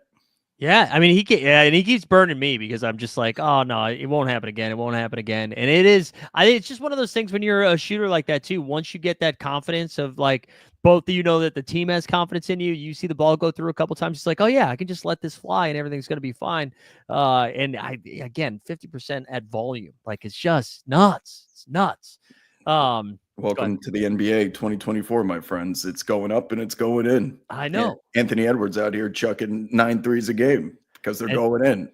So who's out here to say you shouldn't do that? That fourth quarter of the Timberwolves last night was nuts. I mean, for that to be a close game and then 4 minutes later them have like a 22-point lead was just out of control. Was it a 42-point quarter or something, I think? Yeah, 42 or 45. It was something, wild like that. Even like Rudy was out there doing some offensive. Everybody was scoring. Or the Bulls stink. Oh my god. Yeah. Woof. They stick out loud, man. Oh my god. And I got burned. I'm salty towards them because I got burned the other night in Dallas by I took Kobe White overs when Zach LaVine Oh. was suddenly ruled out, and I beat the line by like 2.5 points. I'm like, that's a ton of CLV. Yeah. And it wasn't even close. He was scoreless in the first Dude. half, and I'm like, I was right there with you on Kobe White stuff that night, and that was absolutely tilting. Let's take a look at a couple of other spots for tonight, maybe for some fantasy goodness. I know we talked a little bit about Dallas and Phoenix. Memphis, I'm not going to make us talk about Memphis and Washington, but just know John Morant is kind of fun. But I'm kind of excited about OKC Houston. I know we get some like Şengün truthers in the chat today. I feel like this is going to, and I know they've already squared off once, I think. But Houston coming off like a pretty impressive win the other night, and now they get like the clampies of the NBA right now. And I kind of have just been, from a fantasy or betting perspective, have just been avoiding situations against OKC because of like, you just never know when they're gonna just hold you to 88 points or something like that. But I feel like Şengün's kind of an interesting matchup though, even though like he's a little bit big and bulky. And if Ime decides to play him his full allotment of minutes, I could see him giving Chet a little bit of trouble. But I don't know. Any take on some OKC Rockets tonight? Well, in regards to like finding value is probably different than my basketball opinion of how this is going to go, because the Rockets side of things, Ime Udoka has this team lined up in formation every night like a well-trained military unit. I mean, they are the West Coast version of a pack of hyenas, the way that they've been playing defense recently. Right. Jalen Green especially. Volume always intrigues me, as it does anyone who's out there interested in fantasy, Sorare, you name it. Oh, good. They're doing, I don't know if you can hear the construction, perfectly timed construction going on in the apartment above me. But yeah, so Jalen Green I think is going to be the one common denominator in regards to always every single night. He's going to have field goal attempts in the teens, and his usage percentage is what I'm always looking at there. It's going to be north of 25, 30%. They do distribute the ball pretty evenly every time you look at the final score, box score. So it's hard to find like who's going to be the guy tonight. Right. Is it Atari Eason? Amen Thompson doesn't give you enough offense. So not anyone particularly I'm in love with that I feel like is undervalued, maybe other than Tari Eason. But what is he at on Sorare right now? He's got to be in the 20s, I think. His cap number. Tari? Yeah. Yeah, Tari Eason, I think he bounced up a little bit here. Teens maybe 30, yeah, up to 30. I wonder if that includes a little bit of last season when they were handed down the stretch, because his most recent performances, if we look over here, it's that we had that 57 against God. the Golden State Warriors. State. I think he had 27 and 17 or something in that game. Oh my God. Yeah. I mean, well, I guess this is no longer an under the radar play if he's priced Jalen Brunson numbers. Yeah. What are we doing? I'm with you on Houston though. They just have so many guys. Like you're kind of playing roulette trying to figure out which one is going to be the one that pops that night. Like Fred VanVleet was off to a really slow start, and then the most recent game that Houston played, he popped off. But it's just hard. It's hard to figure that out. OKC, I think, is a little bit more easy. It's a little easier to dial in. One thing I have noticed, though, I feel like Shea's been awesome. This is not a critique on Shai Gilgeous-Alexander. He has been awesome, but I do feel like his upside has been a little bit more limited. And I think that's just because of the growth of both Chet and Jalen Williams' offensive presence. Like J-Dub almost had like a 20-point triple-double in their most recent game, which I'm still, and again, I'm not telling people not to play Shai or anything like that. I love Shai, but they're so much deeper this year too. They can go to Caruso for more minutes and Wiggins and Isaiah Joe. Not that they weren't deep last year, but now they have two full units of starters practically. So Shai doesn't need to play anywhere near 40 minutes, especially in November. That'll tighten up when the playoffs come along. But in regards to box scores and usage, like if you're not on a Tom Thibodeau team, I'm always worried that you're going to be giving me 32 minutes at most in today's NBA. God bless Tom Thibodeau. There was that game. I forget who the Knicks blew out a couple nights ago. And they were up like 25. And Cat checked back in with like 5 minutes left in the fourth quarter. And I had some Cat stuff going. So I was excited for him to come back in. But it's like there's no other coach in the league that is like, you know what, Towns, come on, get back in there. Get back in there. I forget who it was against, but Tom Thibodeau, he's built different. Yeah, and while you were speaking, I brought up the Houston Rockets minutes played in their game against San Antonio. They're as close to the Warriors as it gets. 25 minutes for Fred VanVleet. Jalen Green leads the team at 31 minutes. Leads the team. Then Şengün only 24. Jabari Smith 24. Dylan Brooks 24. Amen Thompson 24. Now I understand this game got out of hand in the fourth quarter, but Still. even Reed Shepard, 20 minutes. To Eason, 21 minutes. How are you supposed to buy low on someone like Eason when your ceiling is 20 to 25 minutes? Right. I mean, you have to have one of those complete outlier performances. The whole reason why he's priced so high is our job to find that guy every night, because that's almost impossible just for this team, let alone across the NBA where these rotations have gotten so deep. Yeah. These are guys, all these Houston guys are guys I won't play right now, but I would like to own their So Rare cards for when the trade event eventually happens. I overpaid for Reed Shepard before the season started because I got the summer league-itis. I got the preseason-itis, in which I'm like, God, this guy's good. And he can barely see the damn floor. I know, but what am I doing with this card, man? And then he looks good when he gets out there, though. He does look good, but he's on a team that has 10 guys that also look good. And that's why the Rockets are going to be in the playoffs this year. Yeah.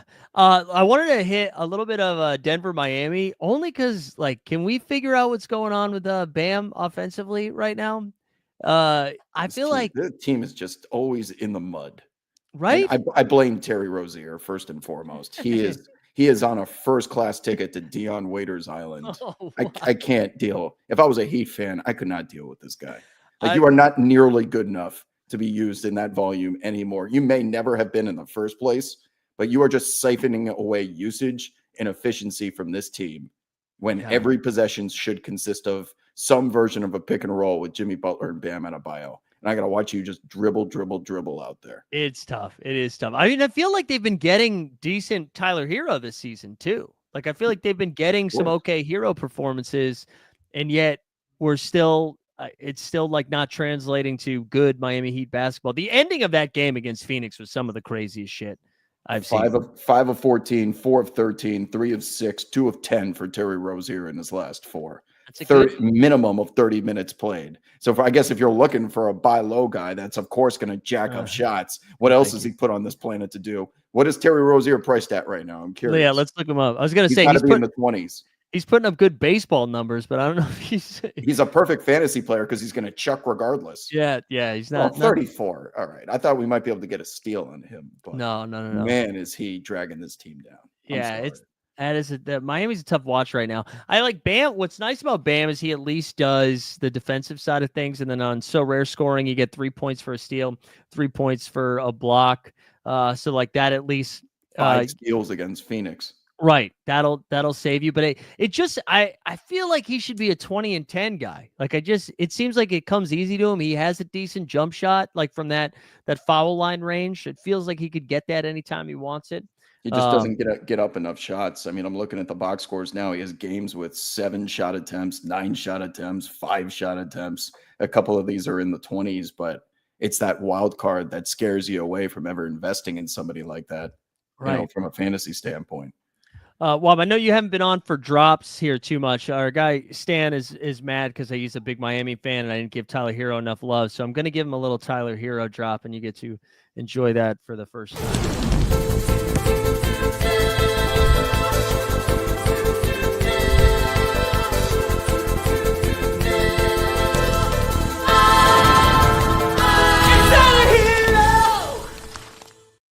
There we go. It's Tyler Hero. What have I just watched?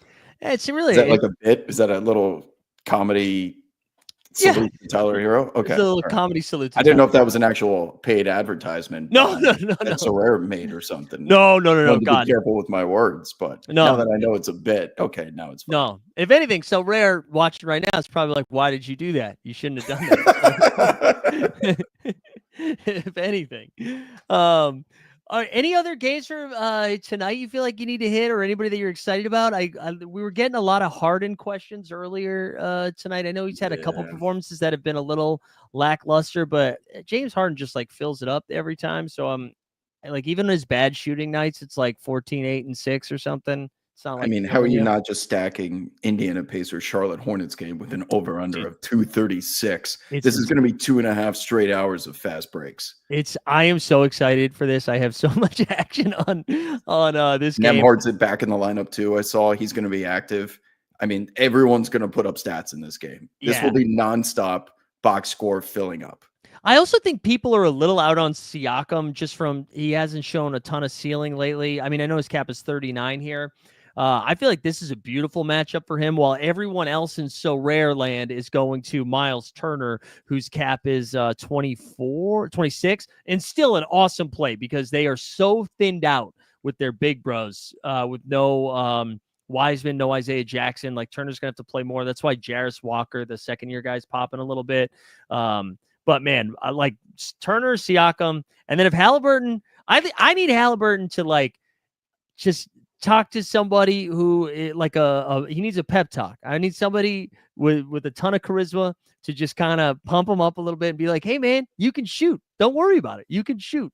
Because I feel like I can see it. I feel like he's been bit by a bug or something and is concerned about getting those shots up right now. I need Hallie back. Where does all the Miles Bridges usage go? Because he's going to be out of the lineup for a little bit. Is that going to Brandon Miller? He was questionable coming in with a hip injury, I think. But you have to imagine this is going to be the Brandon Miller show. Yeah, Brandon Miller's good to go. I imagine it's going to be a lot of LaMelo, a lot of Brandon Miller. I mean, you can talk yourself into the French Williams. Is he can't into the starting spot? No, you can't. Oh well, do you know who was starting? I feel like you do know. Taj right? Gibson. Yeah, Taj Gibson. Unbelievable. The year 2024. I could not, but the first time I saw that, I was like, "Get out of here!" There's no way. Sure was. This guy's body in shape that he can still go out and start in an NBA game and come out of it with 7 points on 3 of 4 shooting. Yeah, it's just how on earth out of control. I really am so desperate for lots of reasons, but Mark Williams, we need Mark Williams back. I think he's just like the perfect running big with LaMelo. It was just like easy buckets, but he can't stay on the court. But yeah, the only other Hornet guy I could think of, well, besides your guy Trey Mann, is Saloon, who the French rookie who should. But again, I don't think he's enough. I mean, a cap of 10, I guess he doesn't have to do much. But I think you're right. I think Brandon Miller is the call, and especially because he's been hurt, we haven't seen too much of a ceiling from him yet. People might be a little gun shy with it, but I like Brandon Miller quite a bit. Did you you did that unintentionally? No, there's you said you actually meant to say it that way. Look at you. You're a pro. Yeah. As I was going, I felt it in the back of my head and I was like, I thought that was off the dome for a second. All right. I wasn't going to wink and do it, but I wanted to. I could tell by the smile on your face, but well done. Okay. Yeah, I mean, the Hornets frustrate me because I'm invested in Josh Green and Trey Mann, and these guys are like Jekyll and Hyde every night. Trey Mann is all of a sudden giving me 4-point performances after a week of mid-20s, and then you got Josh Green who goes scoreless, but he's in the starting lineup. Can I get some before I just buy every Hornets player on the market? Can I feel like I'm going shopping for shoes. I can't make a decision. I'm going to end up just buying them all. And that's the wrong choice. But Trey Mann is expensive. Look how expensive he is. He's Jalen Brunson prices for someone that's going out there and dropping 10 points on 4 shots. What the hell? Get this guy back in the lineup, man. I feel like I do think he is going to be a beneficiary of Miles Bridges being out. I wonder if they try to slide Miller to the 3 a little bit at some times. Yeah, I don't know. This game's going to be fun though. This is going to be, like you said, it's going to look like the third run in a YMCA game where it's a lot of layups, some cherry picking. Yeah, blow your own whistles for fouls. Right.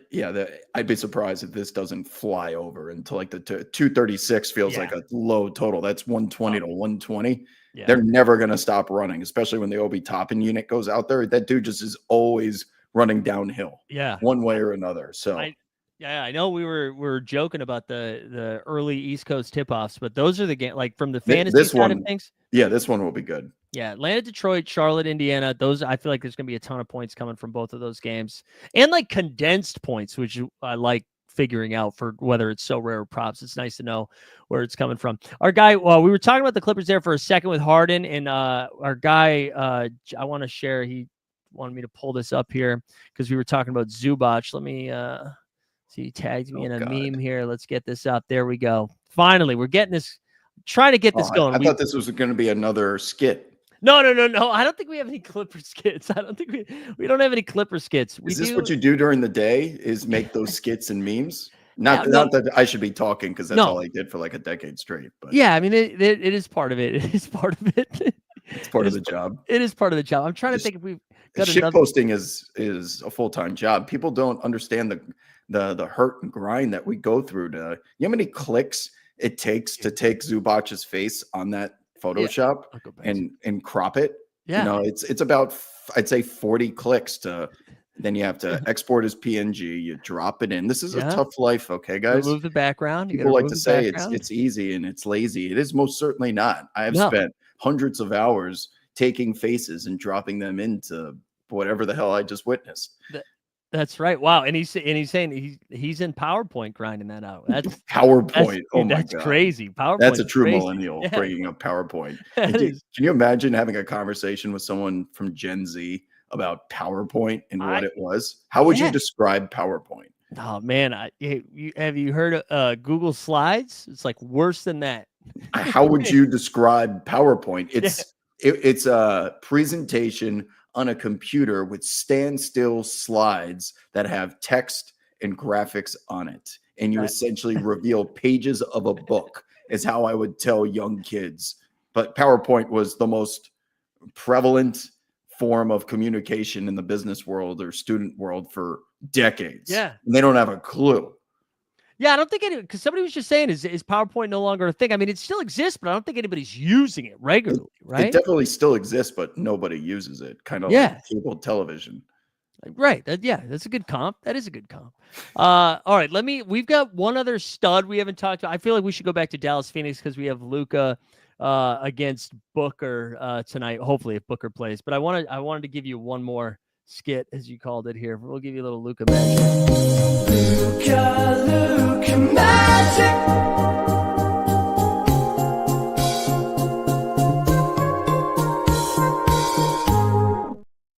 Do you there you go. Do you do the voiceovers for those? No, or is that AI? No. There was a guy who actually I don't think that was an older one. He hasn't been around as much lately, but his YouTube handle was Rock and Roll, and he made a ton of music. And we had a couple of bits, just like talking bits, and he was like, "Hey, I made this thing for you. What do you think?" It's always the user, the commenter submitted memes are always the best ones. Oh, way better. Because they're just. It's usually people that are watching your program while at work or something bored. Right. And then they're like, you know what? I'm just going to make this stupid meme in the next hour until my shift's done. Yeah. And then they submit it and it becomes a cult classic because that's the best way to create content. Yeah. And I'm not talented enough to create music. So for him to do that, shout out to Rock and Roll, wherever you may be. But you think we get some fireworks tonight with Dallas and Phoenix? I know they don't like each other. They've now since the rivalry, I guess. When would you say that came to full fruition? Was it the Suns championship run where Luka and Booker were having their one-on-one type back and forth in the media?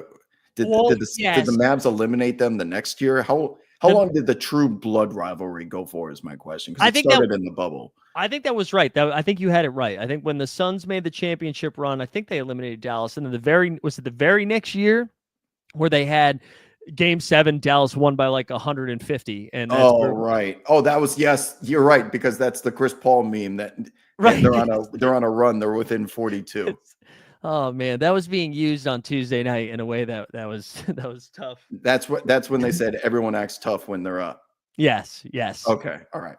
So that was 20. So 2 seasons ago. I'm gonna think that there's not as much animosity as there used to be, but it's also KD versus Kyrie. We know they're boys, but they are on opposite teams, and they love competing. So there's multiple storylines to this one. It's 2 of the best teams in the Western Conference as well. I'm trying to think from like a Sorare fantasy standpoint, anything to the Devin Booker, the one fade. I was on the verge of booking, no pun intended. I was booking KD and Bradley Beal overs Yeah. because if Devin Booker plays, he's sick. You figure he's going to be limited and or not involved as much. And the one time that you actually do that is like he has his flu game. Right. Right. Right. Every other time you miss out, they get benched and they don't come back into the game. What happened to Franz Wagner that one night where he only played 10 minminutes? Right. That's what's going to happen. But since it's a rivalry game, I don't know if even the flu or COVID or whatever it is that Devin Booker has is going to prevent him from building up the adrenaline to face Luka Doncic. So I'm going to treat it as if, you know what, this is like a playoff game. You brought Royce O'Neal up on the screen. What are the only reason I brought up Royce and the other guy, and we see a cap of 21. The other one I wanted to bring up was Grayson Allen. So I'm assuming Booker plays, but they did rule Ryan Dunn out. And I know he's been taking a lot of the minutes away from what would go to Grayson and Royce, who already have like a decent role. So I could see them getting boosted up a little bit more. I know some people in the chat were talking, we got Devin Booker confirmed playing. There we go. Thank you, Taylor. Although I trusted you too quickly, I should double check that before I just told everybody that, because Taylor is a fucking liar. So no, I'm I saw too that he was likely going to play. But I could see one of these guys getting an extra boost if you're like really grinding the margins here, but I don't think it's anything I like. I think in this kind of environment, like Nurkic, am interested in him just because they're so thin. Dallas is so thin in the big position. And if we look at Nurk, what is his cap? I think it's like in the low 20s too. So he doesn't have to do too much at the cap of 22 to like provide value. But in a game like this, I kind of just like, sign me up for KD, for Kyrie, and for Luka and Booker. Like, after that finish against the Miami Heat the other night, it's my God. How do you not feature this guy in every single possession? I know life is not a video game, but they threw everything at him in those final minutes. And this dude just makes bucket after bucket. It doesn't matter because you can't contest that jumper. It's just so high up in the air every time. And just, I wish clutch buckets. Maybe they'll do a Sorare comment contest where like final 5 minutes buckets are worth double. I like that. AD would be number one player by far because they just dump it to him and say, go, as they should. That is a really good, honestly, if Sorare is still listening, which I'm sure they are, that is a really good idea. Like fourth quarter, 2x fourth quarter buckets. I saw that stat. I think it was Tom Ziller from Good Morning It's Basketball newsletter for anybody that checks that out. I think he was saying the fourth quarter scoring leaders this season were like, I think it was like LaMelo and Cam Thomas, and then Kevin Durant third. Which what's impressive about that is the Suns have been in close games. Like every single game has come down to the wire for them. Yeah, because he did it to the Clippers too. Like all of us, he just dominated the last like 3 or 4 minutes of the game. Still got up 32 points, regardless of the whole distribution of Bradley Beal and Devin Booker. And there's only one ball on the floor, and yet he still produces regardless. Yeah. His over-unders are always set high because he's KD, but this team is so different with Tyus Jones and Monte Morris. Now, Monte Morris has been in and out of the lineup, but we're talking about guys that are quite literally 1 and 2. Breaking news: Bradley Beal will play tonight officially for the Phoenix Suns, so they're going to have their full infantry. But Tyus Jones and Monte Morris rank 1 and 2 in the NBA in assist to turnover ratio in the past couple seasons. So by bringing in those guys to be the floor generals and set up offense, all of a sudden Kevin Durant is starting his motion 18 feet from the rim as opposed to 28 because he has to go run out there because Josh Okogie's looks like Stanley from The Office trying to dribble the ball across half court. So that they're able to put him in a position to succeed is easy to say, but it's taken for granted on just how easy some of these guys make it look. The Chris Pauls of the world, the Tyus Joneses of the world, the true the true floor generals. And Tyus Jones qualifies for sure because he's doing that. 100%. And it just like takes some of the load off of what Booker and KD had to do, like that they can just do what they're great at now. And they're not like requiring to create and facilitate offense from start to finish. You can kind of like lean into it when you need it, but you don't need to do it, which is nice. Just a couple of, I know we had some questions too, just about some injury stuff. So Jamal Murray's still questionable. Anthony Davis is good to go, or is probable, but it sounds like he's good to go. Oh, okay. Thank you for bringing that up. So Yeah. with Jamal, this has resulted in Russell Westbrook now becoming I refer to him as a monopoly chance card, which you draw it and you're either going straight to jail or you pass go and collect $200 with nothing in between. That's the life of Russell Westbrook. You let Westbrook be Westbrook. You live by Westbrook. You die by Westbrook. Okay. Yep. And now that he's been thrust into the starting rotation, playing 30 plus minutes a night, he's had 2 bangers back to back in the box score with the eye test. Like, I mean, he looked now awesome you in see that why he was brought into this team. But there are nights where Westbrook just doesn't have it. The problem is he doesn't know he doesn't have it because he's Westbrook and he's going to shoot that damn ball regardless. He's being left open by teams, but his usage will go through the ceiling without Jamal Murray. So I'm curious, what's his price right now? Do you know? What did it say up on the screen for Russ? I just pulled it up. Yeah, so we got for his in-season 19. Wow. 19, and then if you're playing like the classic contest, you can get it for as low as like 6. Yeah, I'm with you, man. There's enough upside there. I think if Jamal's back, it definitely like his upside is capped a little bit. But they seem to have thinned out their rotation now. Like they're done with the DeAndre Jordan, the Dario Saric. Like we saw Peyton Watson, who we talked about a little bit earlier. He's only going to cap a 9. And with Aaron Gordon out, he's their only other defender. So he's going to be playing 35 minutes a game. So if Jamal Murray's a no-go, I mean, I think you fire up your Russ, your Christian Brown, your Peyton Watson. Honestly, Julian Strother's been playing some good minutes for them off the bench too. Dude, it's just Westbrook's usage. 34 minutes played, 32 minutes played. He got up 15 shots against Oklahoma City, 6 rebounds, 6 assists, back-to-back games. He had 7 assists in the game before it. But I mean, he's such a extremist type of personality and his fan base. Yeah. Like I had someone on my SiriusXM show go out of their way, wait on the line so they could yell at me about hating on Westbrook.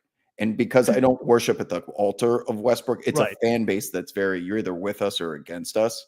And you can't ever have a normal take on Russ. But you can't ever have a normal take on Russ because his play is so volatile that you can pick out instances on both sides of the ball. Like he's still a terrible individual defender, but then he has a moment at the end of the game where he like chased down Peyton Watson got the block, but he was involved and his defense ended up being like one of the most important plays.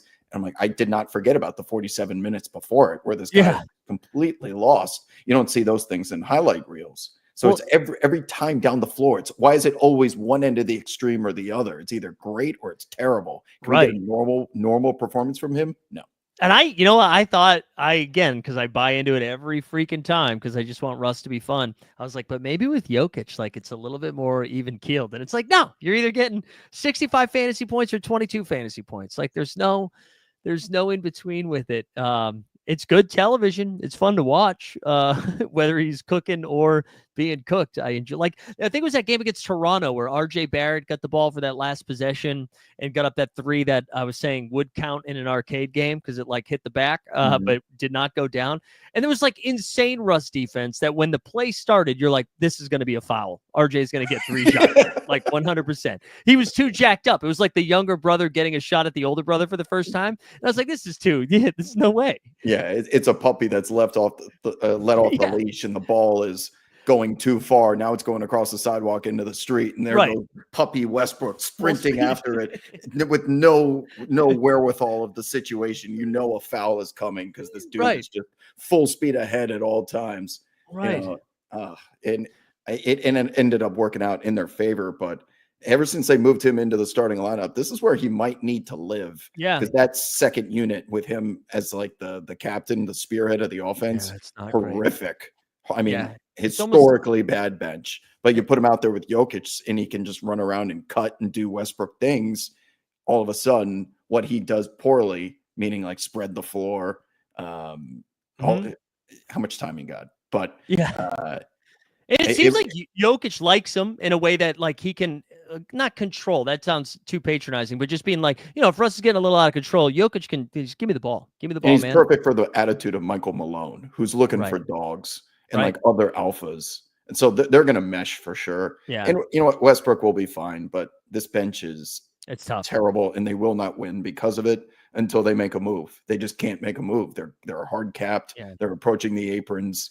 Like, good luck, man. Yeah. They need somebody to be excited about Michael Porter Jr., and I don't know who that is going to be.